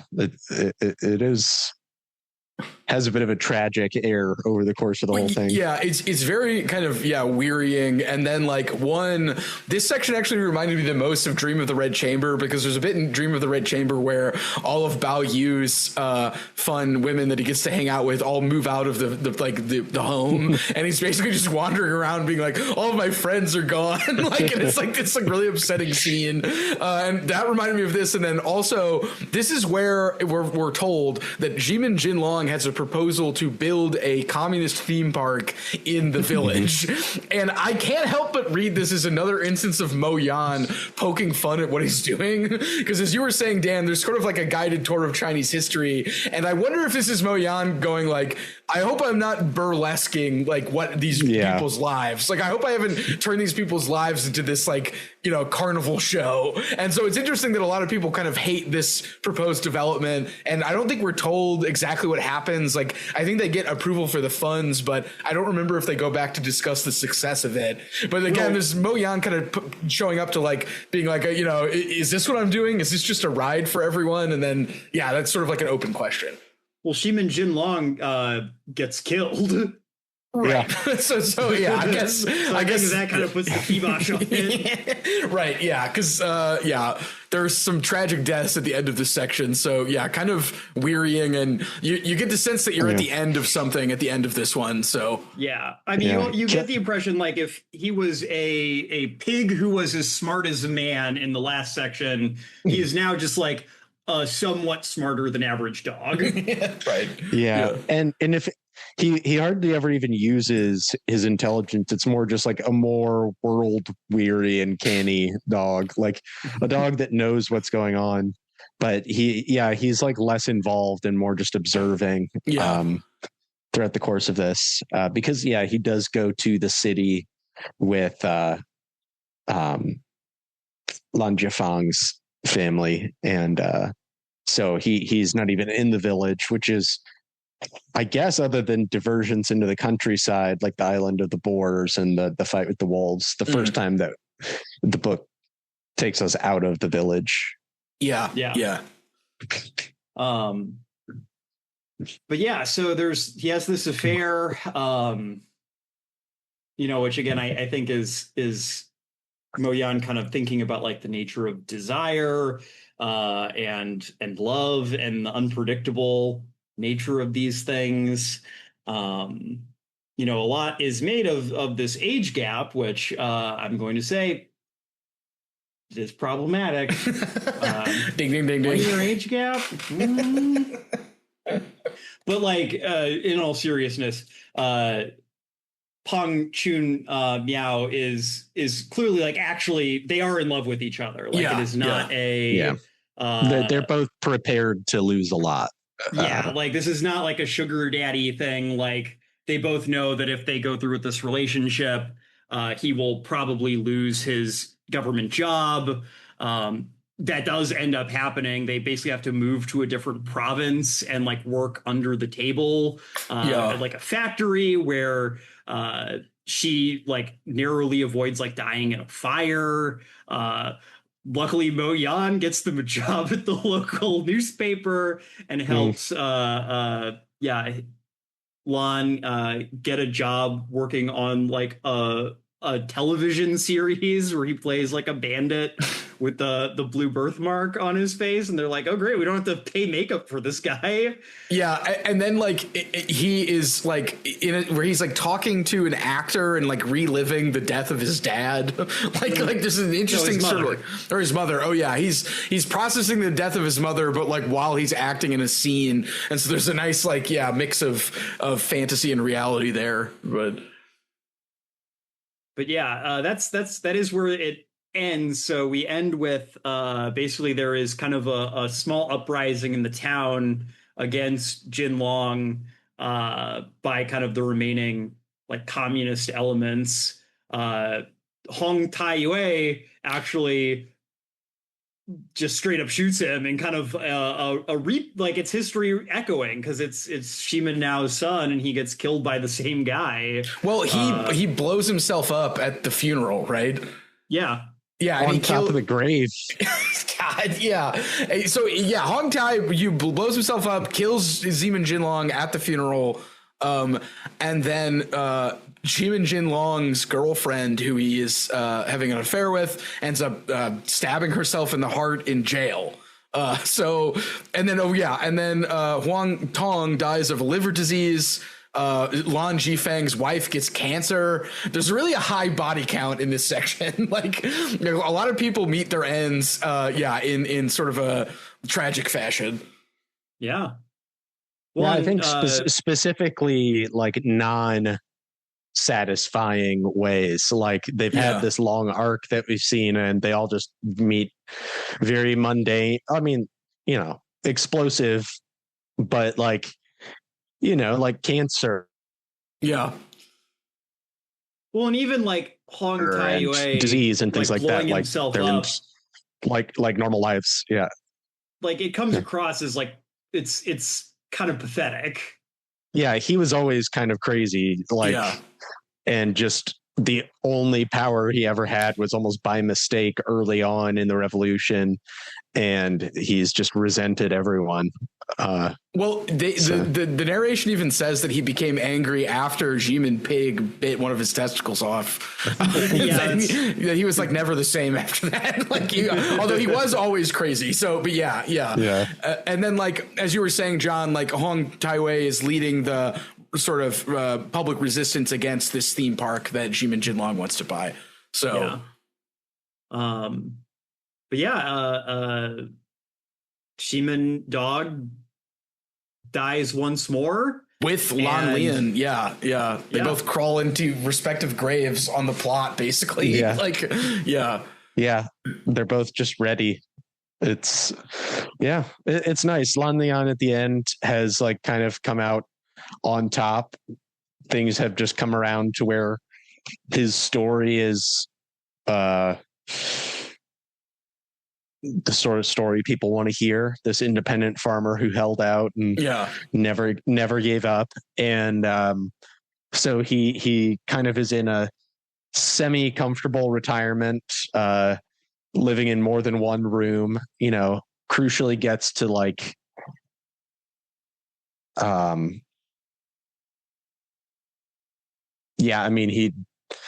he gets to live like a real person again instead of like a hunted man. But he's done. He and Jimin Dog die on the 1.7 acre family plot. And it's like that is also like it's where all of Jimin Now's previous incarnations have been buried, and it's also like the remains of his family, like ancestral burial plot that earlier in the revolution was like torn up. And like all his ancestors' like bones were removed. Yeah, and it's kind of exhausted and wearying, and I was definitely feeling the life and death fatigue to use the title drop at the end of this section. I also think too, this felt interestingly more small scale coming after the pig section, because as we were saying, the pig section was so mythic, and this had a kind of like small stakes, like you were saying, Dan, adult stress vibe of a lot of it, and then just a lot of unexpected deaths as well. So. Well, again, you feel things closing in on people, both like age and death for a lot of kind of the initial generation of characters, but also just like there's not a lot of room left for people to want to make things out of their lives. Like you said, like Jia Fang has this like kind of cushy government job, but he doesn't enjoy it. He pursues this affair that, makes him happy, but, he has to give up a lot to get that. And it causes, it estranges him from his own son, Lan Kai-feng. His wife like won't accept the divorce. And so, they can't even get married until basically she dies of cancer. Cancer. This is also the section where, they're not fighting to survive anymore. Like life is relatively normal. So these are the things people worry about when they're not, just trying to survive famine and the next uprising or revolving of like, okay, who's on the good list, who's on the bad list now, like so now they're worrying about like, oh, I don't love my wife. Like you were getting into like the Saul Bellow like mid-century type concerns where it can be hard to relate to that, because it's like, if you have anything more pressing to worry about, these do seem like kind of frivolous concerns. Well, because he's like, what did I do at the job? He's like, I didn't do anything or something. Like he just like sits around. There's a great sequence where Mo Yan shows up with like two women to go on a double date with Lan Lian. It's just like, man, Mo Yan, or not Lan Jaefeng. It's like, man, Mo Yan's really just like a dastardly character in this. Like he's just like, I got these two women. Like, you want to meet them? Like, and he's just like, fine. Like, but it's also this thing of I think what's also going on here is like the way that like social hierarchies are like getting reestablished, because basically like Lan Jiafang like gets this kind of make work job through like patronage network. All these like kind of old like family relationships like start to become important in this way that they weren't before, where it's like, oh, you have to be so worried about like saving face, and making sure like everyone's parents are like okay with your marriage. Jin Long basically reestablishes himself as the like feudal landlord of the town, right? And like basically totally undoes the work of the revolution in a certain sense. The workers are like put down more or less by the law. Yeah. And tear gas. So, there's descriptions of tear gas being launched to them by, I guess, the police, but. And even on the topic of like the affair, it's made there's a point earlier where Bao Feng, the daughter who became the doctor, she marries a guy, but ends up cohabitating with another man who she was actually in love with. But who, was not stable enough to get married when they were at the right age. And so even like what was possible for the revolutionary generation is like no longer possible, because all these old Moors are like slowly reasserting themselves over the culture. Yeah, the past is always with us, to quote 2666. So well, and even like the kids of like Lan Jiafang's generation, like Lan Kaifeng, you can tell they feel like even less possibility for their own futures. We'll get to it in the last section, but like their Jin Long's son Huan like becomes like a ne'er-do-well, and then becomes like kind of a bum in section 5. I'm watching your father get blown up probably wouldn't be great for your career or like emotional prospects, but it is like, it's kind of tragic at the same time. Yeah, it's like, and he was very spoiled by Jin Long, and there's that scene where he like shoots that expensive watch and sort of just like a frivolous display, and he's like sort of gambling money away, kind of degenerate gambler, but which I guess takes us to that last section. He dies at the end of the section, and we go back to Lord Yama, and Lord Yama's basically like, hey, buddy, you're nearly there. You're nearly there. Like, I can still sense you got like a little bit of hatred left in you. Before I can let you be reborn as a human being, you're going back one more time. It's only gonna be for 2 years. Yeah. And guess what? I'm sending you back as a monkey. The closest You're this close, to a almost. Human. Let me tell you guys, I was a little disappointed with this last section from the standpoint that I was promised a section of this book about a monkey. You were robbed. I was robbed of a and it's not even from G-Man Monkey's perspective. It's from Mo Yan's. So we don't get any of like monkey escapades. John, before we get into what we bits with the monkey here. Before we get into what we did read, what would you have liked to read from the monkey section? Honestly, I really don't know, because I don't know that the book could have made space for like a fun monkey chapter kind of with the trajectory things like on. Like after all those characters dying, there's just monkey hijinks for like 100 pages, and then it's just like, okay, now we have to wrap it up. It kind of feels like I'm asking for the unwritten third book of Don Quixote, where him and Sancho Panza are shepherds. Just a palate cleanser where the monkey gets into like a wedding, and there's 30 pages of chaos, and then it's all right. Let's resolve. Yeah. Well, there are some sequences of something like that where the monkey's like doing a lot of screaming, but yeah, it's from this removed perspective, almost like Mo Yan takes center stage and is just like, things are still upsetting. I have to finish the story. Like, so well, like he kind of comes in and is like, I probably could have ended this book here. But I want to tie up all the loose ends before we call it a day. Yeah, and to quote that last paragraph, the first paragraph of the last section, dear reader, this would seem to be the logical place to wrap up this novel, but there are characters whose fates have not yet been revealed, something most readers want to see.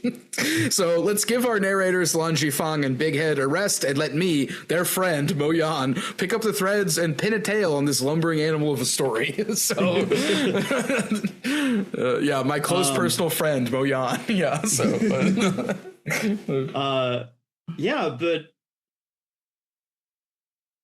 but this almost feels more like an epilogue in a lot of ways. Yeah. Mo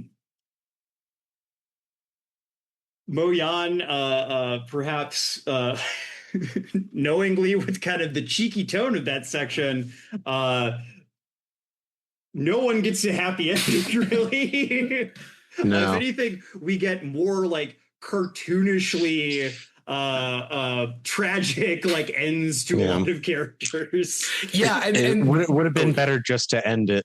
Yeah, and instead we get like Oedipal twists. Like Lan Jifang's the woman he sort of ruined his life with, Pang Chunmai, gets killed by a car. He ends up with the woman he's always loved, who was Yimin Jinlong's former wife. And then like Lan Keifeng, his son ends up dating Pang Feng Huang, who is technically, I believed, raised by Chang Ting Hong, but is really Zemin Jinlong's like secret daughter, and he doesn't know this until he basically tells Lan Jifang that they're in a relationship, and he goes, "You can't marry her. You're related to her. You both have the same grandmother." And so, like again, I was not expecting this Oedipal twist at the end, but like before that, we're introduced to those characters through, as John had said earlier, Jimin Huan, Jimin Jinlong's son, is sort of like a busker and sort of a bum, and he performs with Pang Feng Huang and Jimin Monkey, and they do basically tricks for people until they piss off a thug who stabs Jimin Huan to death. So lots of sudden bursts of violence. Well, and it's sort of just barely mentioned, but they've just been kind of like bumming around Southeast Asia with the monkey since, I guess, he went off the rails after Jinlong was killed. Yeah. So they just kind of this like young rich kid hotshot just totally plunges into just disappearing into Vietnam and taking taking this wonderful girl with him and coming across this monkey. And this seems to be the first life where Shimin now has been born outside of the confines of Shimin village. But he ends up getting brought back kind of by fate. And like he gets like a moment where he like tries to defend Shimin Huan from this thug, and like they nearly get like the cops nearly like shoot him because he like assaults a guy who's like harassing Shimin Huan, and like there's really no sense of like Shimin now like kind of left in the monkey that we can see. He's just barely there. Like there's almost like kind of a karmic level where it's like, oh, he's defending like his great grandson, but like we don't get the sense that like, oh, this monkey is like smarter than it should be, or like it knows what it's doing. It also like this feels like the first section where like there's the monkey. I mean, it's unusual from the standpoint like it's a type of monkey that wouldn't be living in this part of China, but it doesn't like have any like unusual physical characteristics. Like it's not a strange color. Like it seems like a pretty normal monkey in that regard. Yeah, it's just a and I think having Mo Yan narrate it really gives the like distance from the Jimin sort of consciousness, where it's like, yeah, that's just a monkey. We'd almost forgot that it's Jimin, you know, at this point. And also we get a lot of Lan Keifeng, Jifang's son, who is a cop, and I think his interest in Pang Feng Huan, who is the woman who is accompanying Jimin Huan, reminded me a lot of Chungking Express, actually, where like, you know, the cop character is, and even though that's set in Hong Kong, the cop character is sort of enamored of this sort of quirky woman who works at a convenience store, basically. Very free spirit. And that kind of happens, and you think it's going to be a happy ending, and until they end up having a sort of strange relationship. He's like, I'm obsessed with her, but what did you guys think of she's very passive in it. She's just kind of like, oh, okay. Yeah, we could. Well, and then there's that bit where she's like telling him that she had sex with the monkey, and she's like, "Are you sure you're into me? Like, I've had sex with the monkey," which, like, I didn't know what I thought about that. Like, I was like, "It's interesting." I don't know. A lot of random stuff happens in this end section that I felt like he was like one last like, I'm gonna pull out the stops for the end here, even though like it should be the end. But yeah, his love for her seems very desperate, and unrealistic, and she's just kind of like, well, I mean, I'm not going to say no, but like, are you sure? Like, you're right. Yeah. Because at this point, he's very straight laced, and, you know, that's largely because he's stifling himself, but he's not really up for the type of life that she's lived, just on the fringes. I guess it couldn't work out. Yeah, because they are related, because they have the same grandmother, at which point Lan Keifeng shoots himself, I think, in the heart.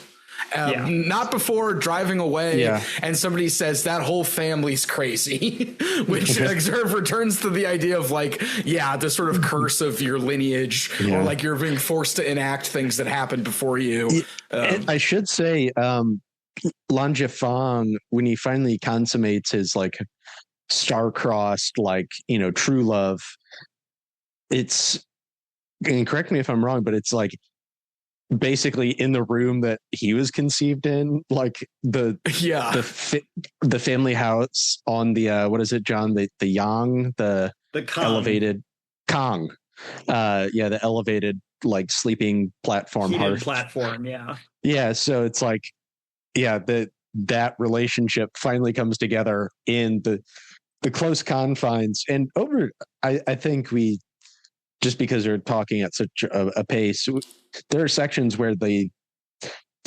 Shimen compound feels very closed in and confining, and there's like 5 families living in there because of the way things have been divided up, and some of them hate each other, and some of them are in love with each other, and then I think that aspect really makes the dog section a little bit more effective, because he is wandering around sort of a ghost town.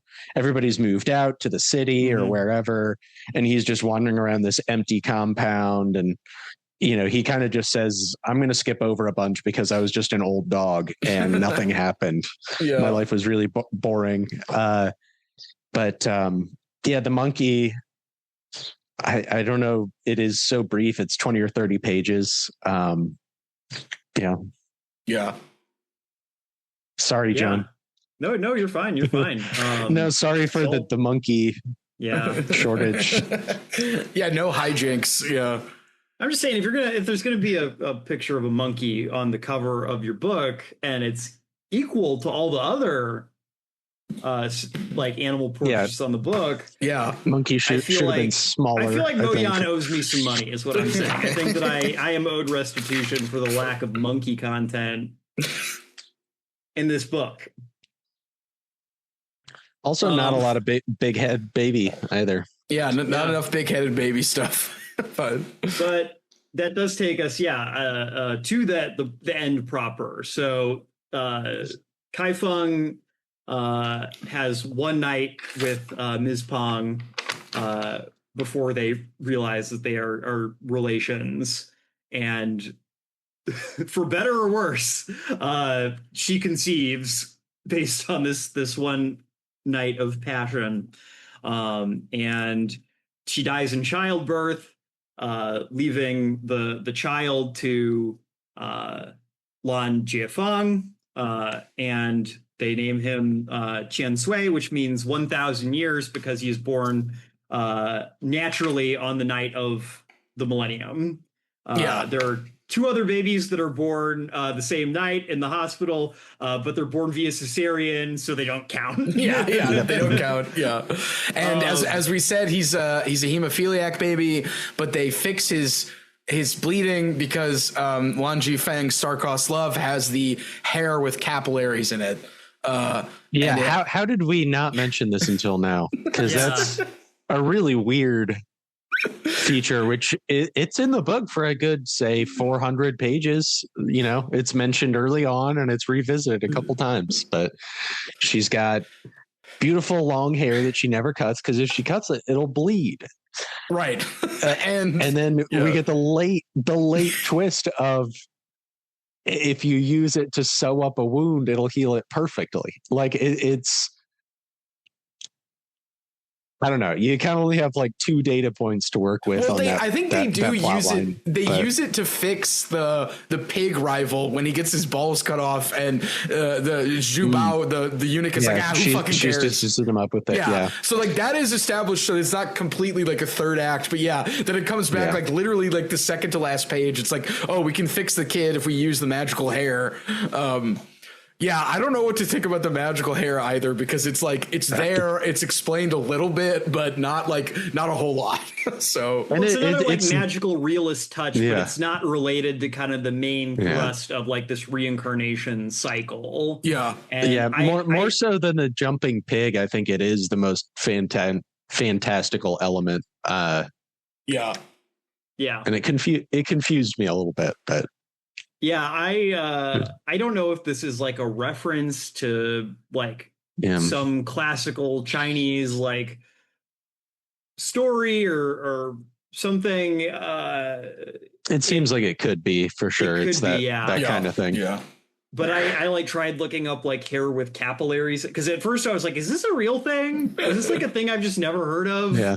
Not necessarily like the thing where it can like heal all wounds perfectly, but like, is there like a thing where you can like have hair that like bleeds if you cut it? And like, I guess not. I wasn't able to find anything that backed that up, Mr. Yan. But it is a strange thing. And it feels very like, 1,000 Years of Solitude. Yeah. Another thing I wasn't sure if it was a reference is the big-headed baby, just because like I think we all have the same edition and cover here. So this doll that they have, it does seem like, oh, this is a one, like everybody's got one of these in their house. It's for some holiday or something. Like it. I don't know. What is this big-headed baby? Why is his head so big?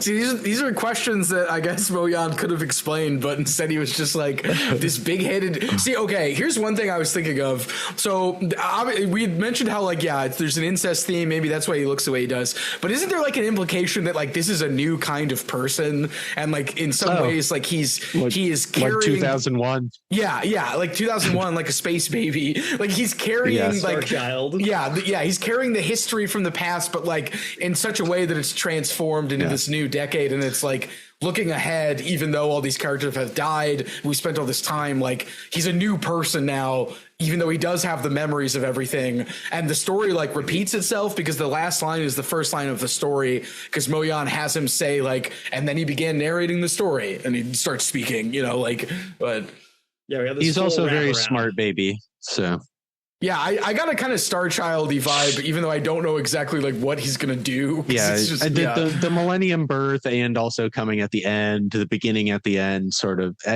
There's A lot of implication. I just, it's not at all clear what that Right. is. Well, it's ambiguous because history hasn't happened yet. Yeah. Oh yeah. It doesn't. It's very much just the curtain falls, and I don't think there's a lot of implication of where it'll go because most of the characters that we've seen are dead. So just all of our threads are cut, and it's just like, all right, it's up to the whoever's out there now. Well, I think that, this is making me think again about what Ben had referenced earlier, where this was Mo Yan's second to last book. He wrote one other book in 2009 called Frog, which is apparent. I haven't read it, but it's apparently deals very directly with like the one child policy and kind of the consequences thereof. And so I think that there's part of this where it's kind of Mo Yan, again, because he's writing this section as himself. I think maybe kind of being like, this is my farewell, like as like a member of the previous generation. Like, it is up to the new generation to chart the course of China. I think it is interesting that his two last books deal so directly with like questions of like birth and children in a way that I don't know that his previous work was so preoccupied with. Maybe it is, I don't know. Well, he was born in 1955, and I also heard that I think Big Breasts and Wide Hips is about child rearing, but I don't know too much about it. But that was one of the book he wrote earlier, but I don't know too much about it. Well, you can have a story that's about like birth and childhood without it being like a story about like generational change in the same way. Yeah. It'd be interesting if he reused a structure like that, or if he just stayed in one era. Yeah, because I mean, he's still alive. Like he's 70 years old. We could ask him. Yeah, I mean, we could ask him, but also it's kind of like he hasn't written anything in 16 years, which I mean, I guess we can give him credit for maybe knowing when to call it quits in a way that a lot of artists do not. But yeah, it's a curious ending, and I don't know if there is like some reference in the big-headed baby that like we're not getting. Like, again, we don't know what this like little statuette on the cover is. If this is like a thing that if we were Chinese, we just kind of know instinctually like what this is supposed to represent. It's an odd ending. Yeah. And it's an ambiguous ending. But I also can't think of like a better way to end it. Well, I would also argue that it sort of also implies that the cycle of reincarnation is going to keep happening because the story repeats. And so to me, that sort of suggests it's like, on one hand, new kind of star baby, new kind of generation, hopefully carrying the history of the past into the future. But at the same time, the cycle of reincarnation will continue regardless. So. Yeah, well, I wonder one thing, though, because, again, like there's like the fact that Shiman now, again, like over the course of his reincarnations, it seems like he loses more and more of himself to the point, like, again, when he's the monkey, it seems like he's just a regular monkey and Shiman now is basically faded. Yeah. And then he comes back again and he has all his memories back. Yeah. Not just like the memories of his incarnation of Shiman now, but all the intervening memories he seems to have again, even if we don't hear him directly narrate his life as an ox or as a monkey. And I wonder maybe if like he is enlightened. Because this is again like this is a story that is operating under at least like a partially Buddhist like metaphysic. And my limited understanding of Buddhism, remembering your past lives is typically a sign of like spiritual cultivation, like the Dalai Lama, or something like that. And I wonder if, again, the fact that he is now remembering his past lives, not because he is like a lingering spirit who cannot let go of his karma, but because, he has reached like a higher spiritual level, I wonder if that's part of the implication. I think that ties into some of the Star Child stuff. Yeah, I could definitely see that. Yeah. There's also, I guess, if you wanted to find any hope in it, and this is something it's pretty heavily present in the book, but we didn't really address that much, is this sort of escaping the sins of the father sort of thing for multiple generations, where originally, your degree of relation to Shimen now as a landlord sort of damns you. And then people have to live their lives accordingly, change their names, make overt displays just to not, be suspect. And then, at the very end, you have, the sins of the parents that led to them being related, where it's like, well, great. We both managed to find love in this, confusing, terrible time. And, through no fault of our own, we can't be together. Right. And so, I guess if that ends with all people involved dead, does that cycle at least end of just sort of like the people after this can be free? I guess there are no people after this. There's the big-headed baby. Yeah, that's it. The one guy. Yeah. I mean, I think it is very important that, like the Shimen family is extinct. Yeah. With Shimen Huan's passing, there are no more Shimens, and Shimen now he's a Lan. He's a member of his foster son's kind of line of the family tree. And like you said, Dan, that might be a sense in which the past has been, this part of the past has been put to rest, and there can be something new because of that. Yeah. Yeah. Whew. Good book. Yeah, a lot going on in this book. Yeah, so I mean, I don't want to close the episode without talking a little bit. Ben, I know you sent us some readings on the translation. Yeah. And I don't want you to have done all that reading for no reason. So well, I mean, it was only a little bit. So one of the, here at the Infant Library, we do like reading stuff in translation. And I think that always leads to consideration of like, how was something translated? What was, liberties were taken. And initially I was kind of curious about this book. I think has a very conversational tone, which I liked, but I wondered if there was any note about that in the way it was rendered. And that led me down an interesting rabbit hole where there appears to be kind of two camps on this. I believe it was Howard Goldblatt translation. So, but the two camps are like, on one hand, people have written book length, dissertations about how his translation was a complete success for its desired goal of reaching Western audiences in terms of, the way it rendered poetic phrases, its conversational tone, the way it handled translational issues. But then on the other hand, there's people who have noted that a lot was changed between the Chinese version of this book and the one we're reading now. There was an author foreword, which was cut out. There were numerous sort of like jokes about American politics that were cut out. There were things about like inside baseball stuff, which one of the reasons I like reading translation is getting that stuff was cut. And so I was curious about what liberties were taken, with this translation. And again, I think it was a success, but I think when you're always reading in something in translation, there's going to be some, signal to noise distortion, and it's worth thinking about what that is. So. Oh yeah, and some languages are easier to translate to English than others, and I think Chinese is probably up there, just with the depth of. This is something I've talked to Ben and I think John a little bit about in passing, leading up to this. Just how many times the characters use just idioms in their speech, and the way they're presented, they're very they fit perfectly into what Moyan is doing at the time. Yeah. In his text, they're very thematic. And I don't know, is that something that is like intrinsic to Chinese and thus you would translate it?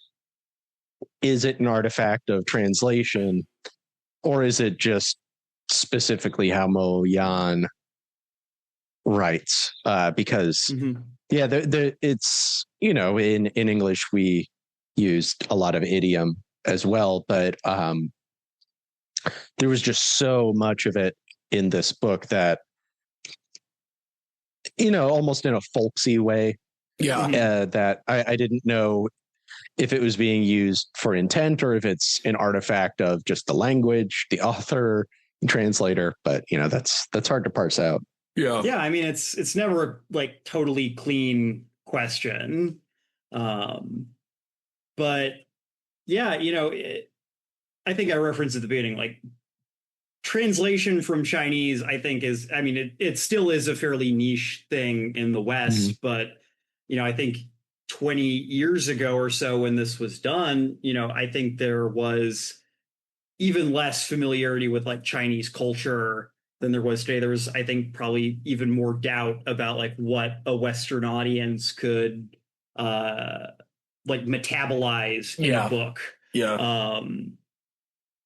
Without kind of weighing it down, because there is like a way you could translate this where you could just insert extra exposition to explain like what things are or what things mean. The footnotes. There are points in the book where like they will say like they named this person X, which means X, and I have to assume in the Chinese version they don't need to say that the name means that, because you would just be writing they named her this string of characters, which means the same string of characters again.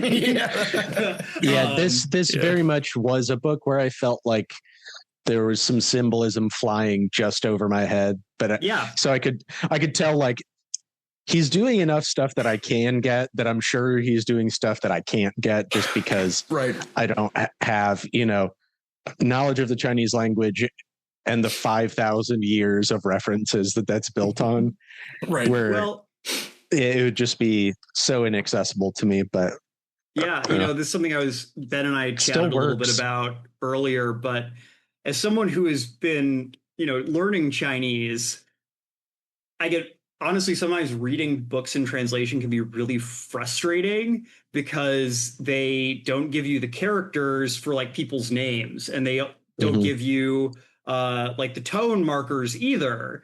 So like you said, Dan, there were definitely like bits that I'm sure there were like puns in people's names or things like that if I'd had the tone markers and I could figure out like what characters these were, I could get those.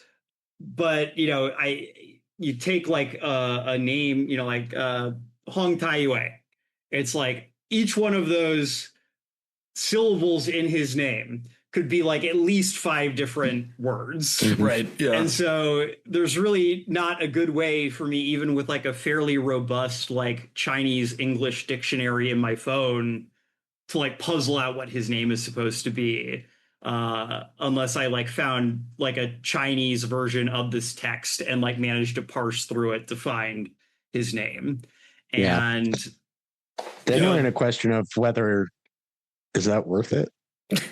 Exactly. And this book does a fairly good job of giving us like the important, like I think a lot of the names that are important to like have important puns in them. Like there's a bit where like Lord Yama, I think, points out that Shiman Now's personal name now translates to riot. So his name literally means like Westgate Riot, which given his like prickly personality is like an apt name. And his kids, Jinlong and Bao Feng, like that translates to Golden Dragon and Treasured Phoenix, which are exactly the types of names that someone like Shiman Now would give his first 2 children. And they say it's like a phoenix dragon wet like birth when it's because they're twins of different genders. So and I mean, we should say I think it's still a very lively and enjoyable and funny text. Like there's nothing wrong with the translation whatsoever. For it's anything we might have missed, it's still very enjoyable. It is something to puzzle over though.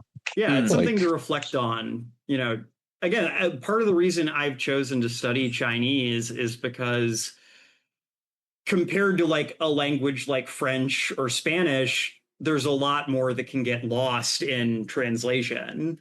You know, the title of this book in Chinese is Sheng Si Pi Lao, which translates like more literally as like birth death fatigue, or like life death fatigue. And so like life and death is wearing me out is a like it's not an inaccurate way to translate that, but it is like a translation that is you could also translate it as things to like make it legible in a certain way, and not even necessarily a way that's wrong, but just a way that like we should reflect on when we can. You could call it reincarnation blues just as easily, like, you know, same general idea from the same root. Do you like it? I liked it, although and this might just have been the circumstances where I read it. I could feel a bit of the fatigue kicking in. And I want to say maybe like the dog section into the epilogue, I was sort of like, and again, maybe that was the point, and like the sort of fatigue of this constant birth and you know, tragedy, but it did drag a little bit. And I think if maybe the sections were a little more, like even more stylistically varied, I think I would have been more sympathetic to it. But I think overall, I did dig it. I think like it's a success for what it wants to do, and it's lively throughout. So yeah. Okay, judging from the nodding, we all felt that same way. You know, I honestly, there's nothing really similar about the two authors other than the way I felt reading them. I kind of got the feeling I felt when I read Murakami books, where it's not difficult, right? It's not a slog to read. It's a leisurely pace. But there's so much volume that you do just hit kind of a doldrums at a certain point because you've been reading it for so long. And I read it at a more leisurely pace than you guys. This English edition's what, like 600 pages, 650? 540. Okay. So, you know, it's fairly long. And there's just plot over the whole course of it. So I think that does tend to fatigue. Yeah. Especially when you've been going for so long. But I never disliked any of it. It's always fun. And you do get the shifts from section to section and the interstitials in the underworld, which are fun to kind of keep the pace. And the sections are nowhere near equal in length either. Yeah. Yeah, I almost think that if I mean, obviously, far be it for me to tell someone as prolific and successful as Mo Yan like how to write their books. I almost would have liked a little bit more of the underworld interstitials, the kind of bits where we break into kind of a more fantastical like side story with the animal stuff.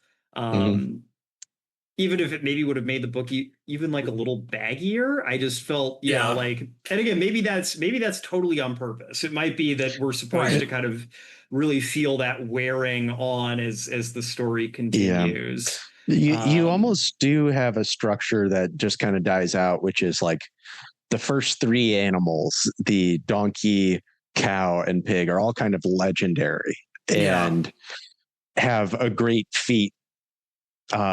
Like the donkey fighting the wolves, the cow, you know, his last great kind of John Henry working to death moment, and then the pig, you know, escaping, leading an army of pigs, saving a child. But then after that, that we don't get that for the rest. So. I will say we didn't mention it, but there is the scene in the dog section where he goes to like the meeting of like the town dogs. Oh yeah, and they're like drinking I beers. Totally forgot that. Like, it's so good. Yeah, so good. Yeah, they're all like drinking and like just hanging out. Yeah, well, like it says like they're holding beers, so like they're like apparently like walking bipedally and like holding like bottles or like glasses of beer. So, do you guys?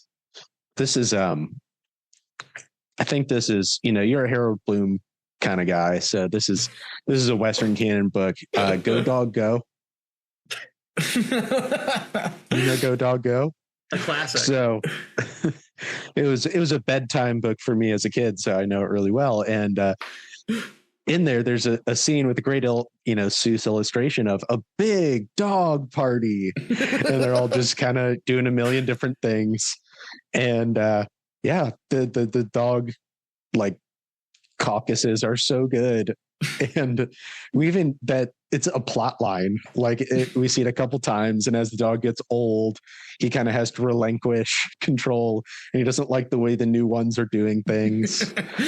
Yeah, he's like they're like partying too much. He's like, I don't really want to party. I don't really want to talk to this dog. Like, he's just like sort of reluctantly at the dog party. But honestly, I think I was fixated on how depressing that section is. That there is that like comic interlude.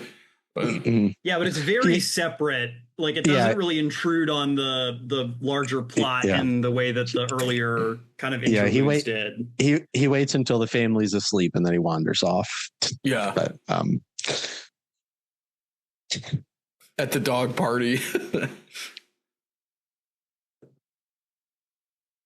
But yeah, I mean, I think that with my takeaway from this book is that the one thing I kind of wish is that I had like a greater familiarity with Mo Yan's work before reading this one, because it does feel like maybe it's a more, I don't think it's a bad read if you're not super familiar with his work, but I feel like there's probably references that we missed, or that it just might be funnier if you kind of know this guy a little bit better.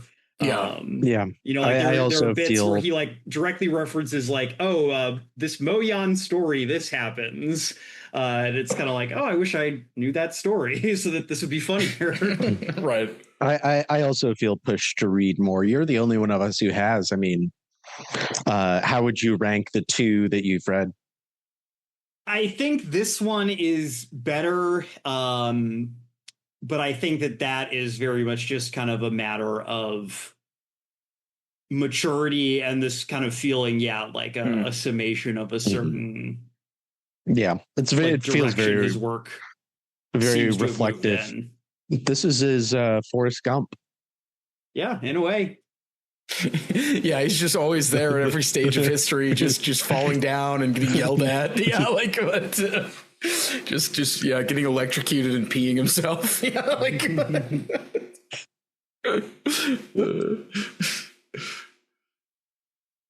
Well, I'm trying. Right. I don't know if there's anything else. I think other than signing off, and if Dan has any plugs. I got no plugs. Oh, I got a cat though. Hey, what's up, buddy? Well, listeners, thank you so much for joining us today. This has probably been a long one. We had a lot of fun talking about this book. But yeah, Dan, thank you so much for joining us again. As always, of course. You're welcome to on to the next. Yeah, I'm going to try and head out this way. I'll see you guys. I'm going to grab this book without looking at the title. But I happen to see that there's two other identical copies of this book, and you guys, I'll just kick them over towards you, and I'm gonna go try and find a way out of the infinite library. Well, good luck. Yeah, stay tuned, listeners, for a possible Thomas Pynchon episode with Dan to come in the future. So we got that in the works. All right. Well, we'll be back in 2 weeks with our part 3 of our series on 2666, focusing on part 4 of the novel itself, the part about the crime. This is the rough one. Yeah. It'll be interesting to see how we do it, listeners. Yeah, it'll be. Stay tuned for how we tackle that one. I would love to be on the Zoom call for that one because it's just going to be Ben wiping his forehead. Yeah, just like I had another body is discussed, and I just wipe my forehead. Yeah, so I'll make sure to wear a collared shirt so that I can go.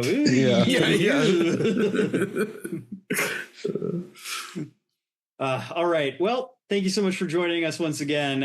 You know where to find us. All the good old social media info will be in the end credit thing. We'll make sure to link those articles Ben mentioned in the show notes as well. But until next time, Semper Books. Semper Books. Yeah, Semper Books. That's so fake. It's Hollywood. Hollywood Ben Luke.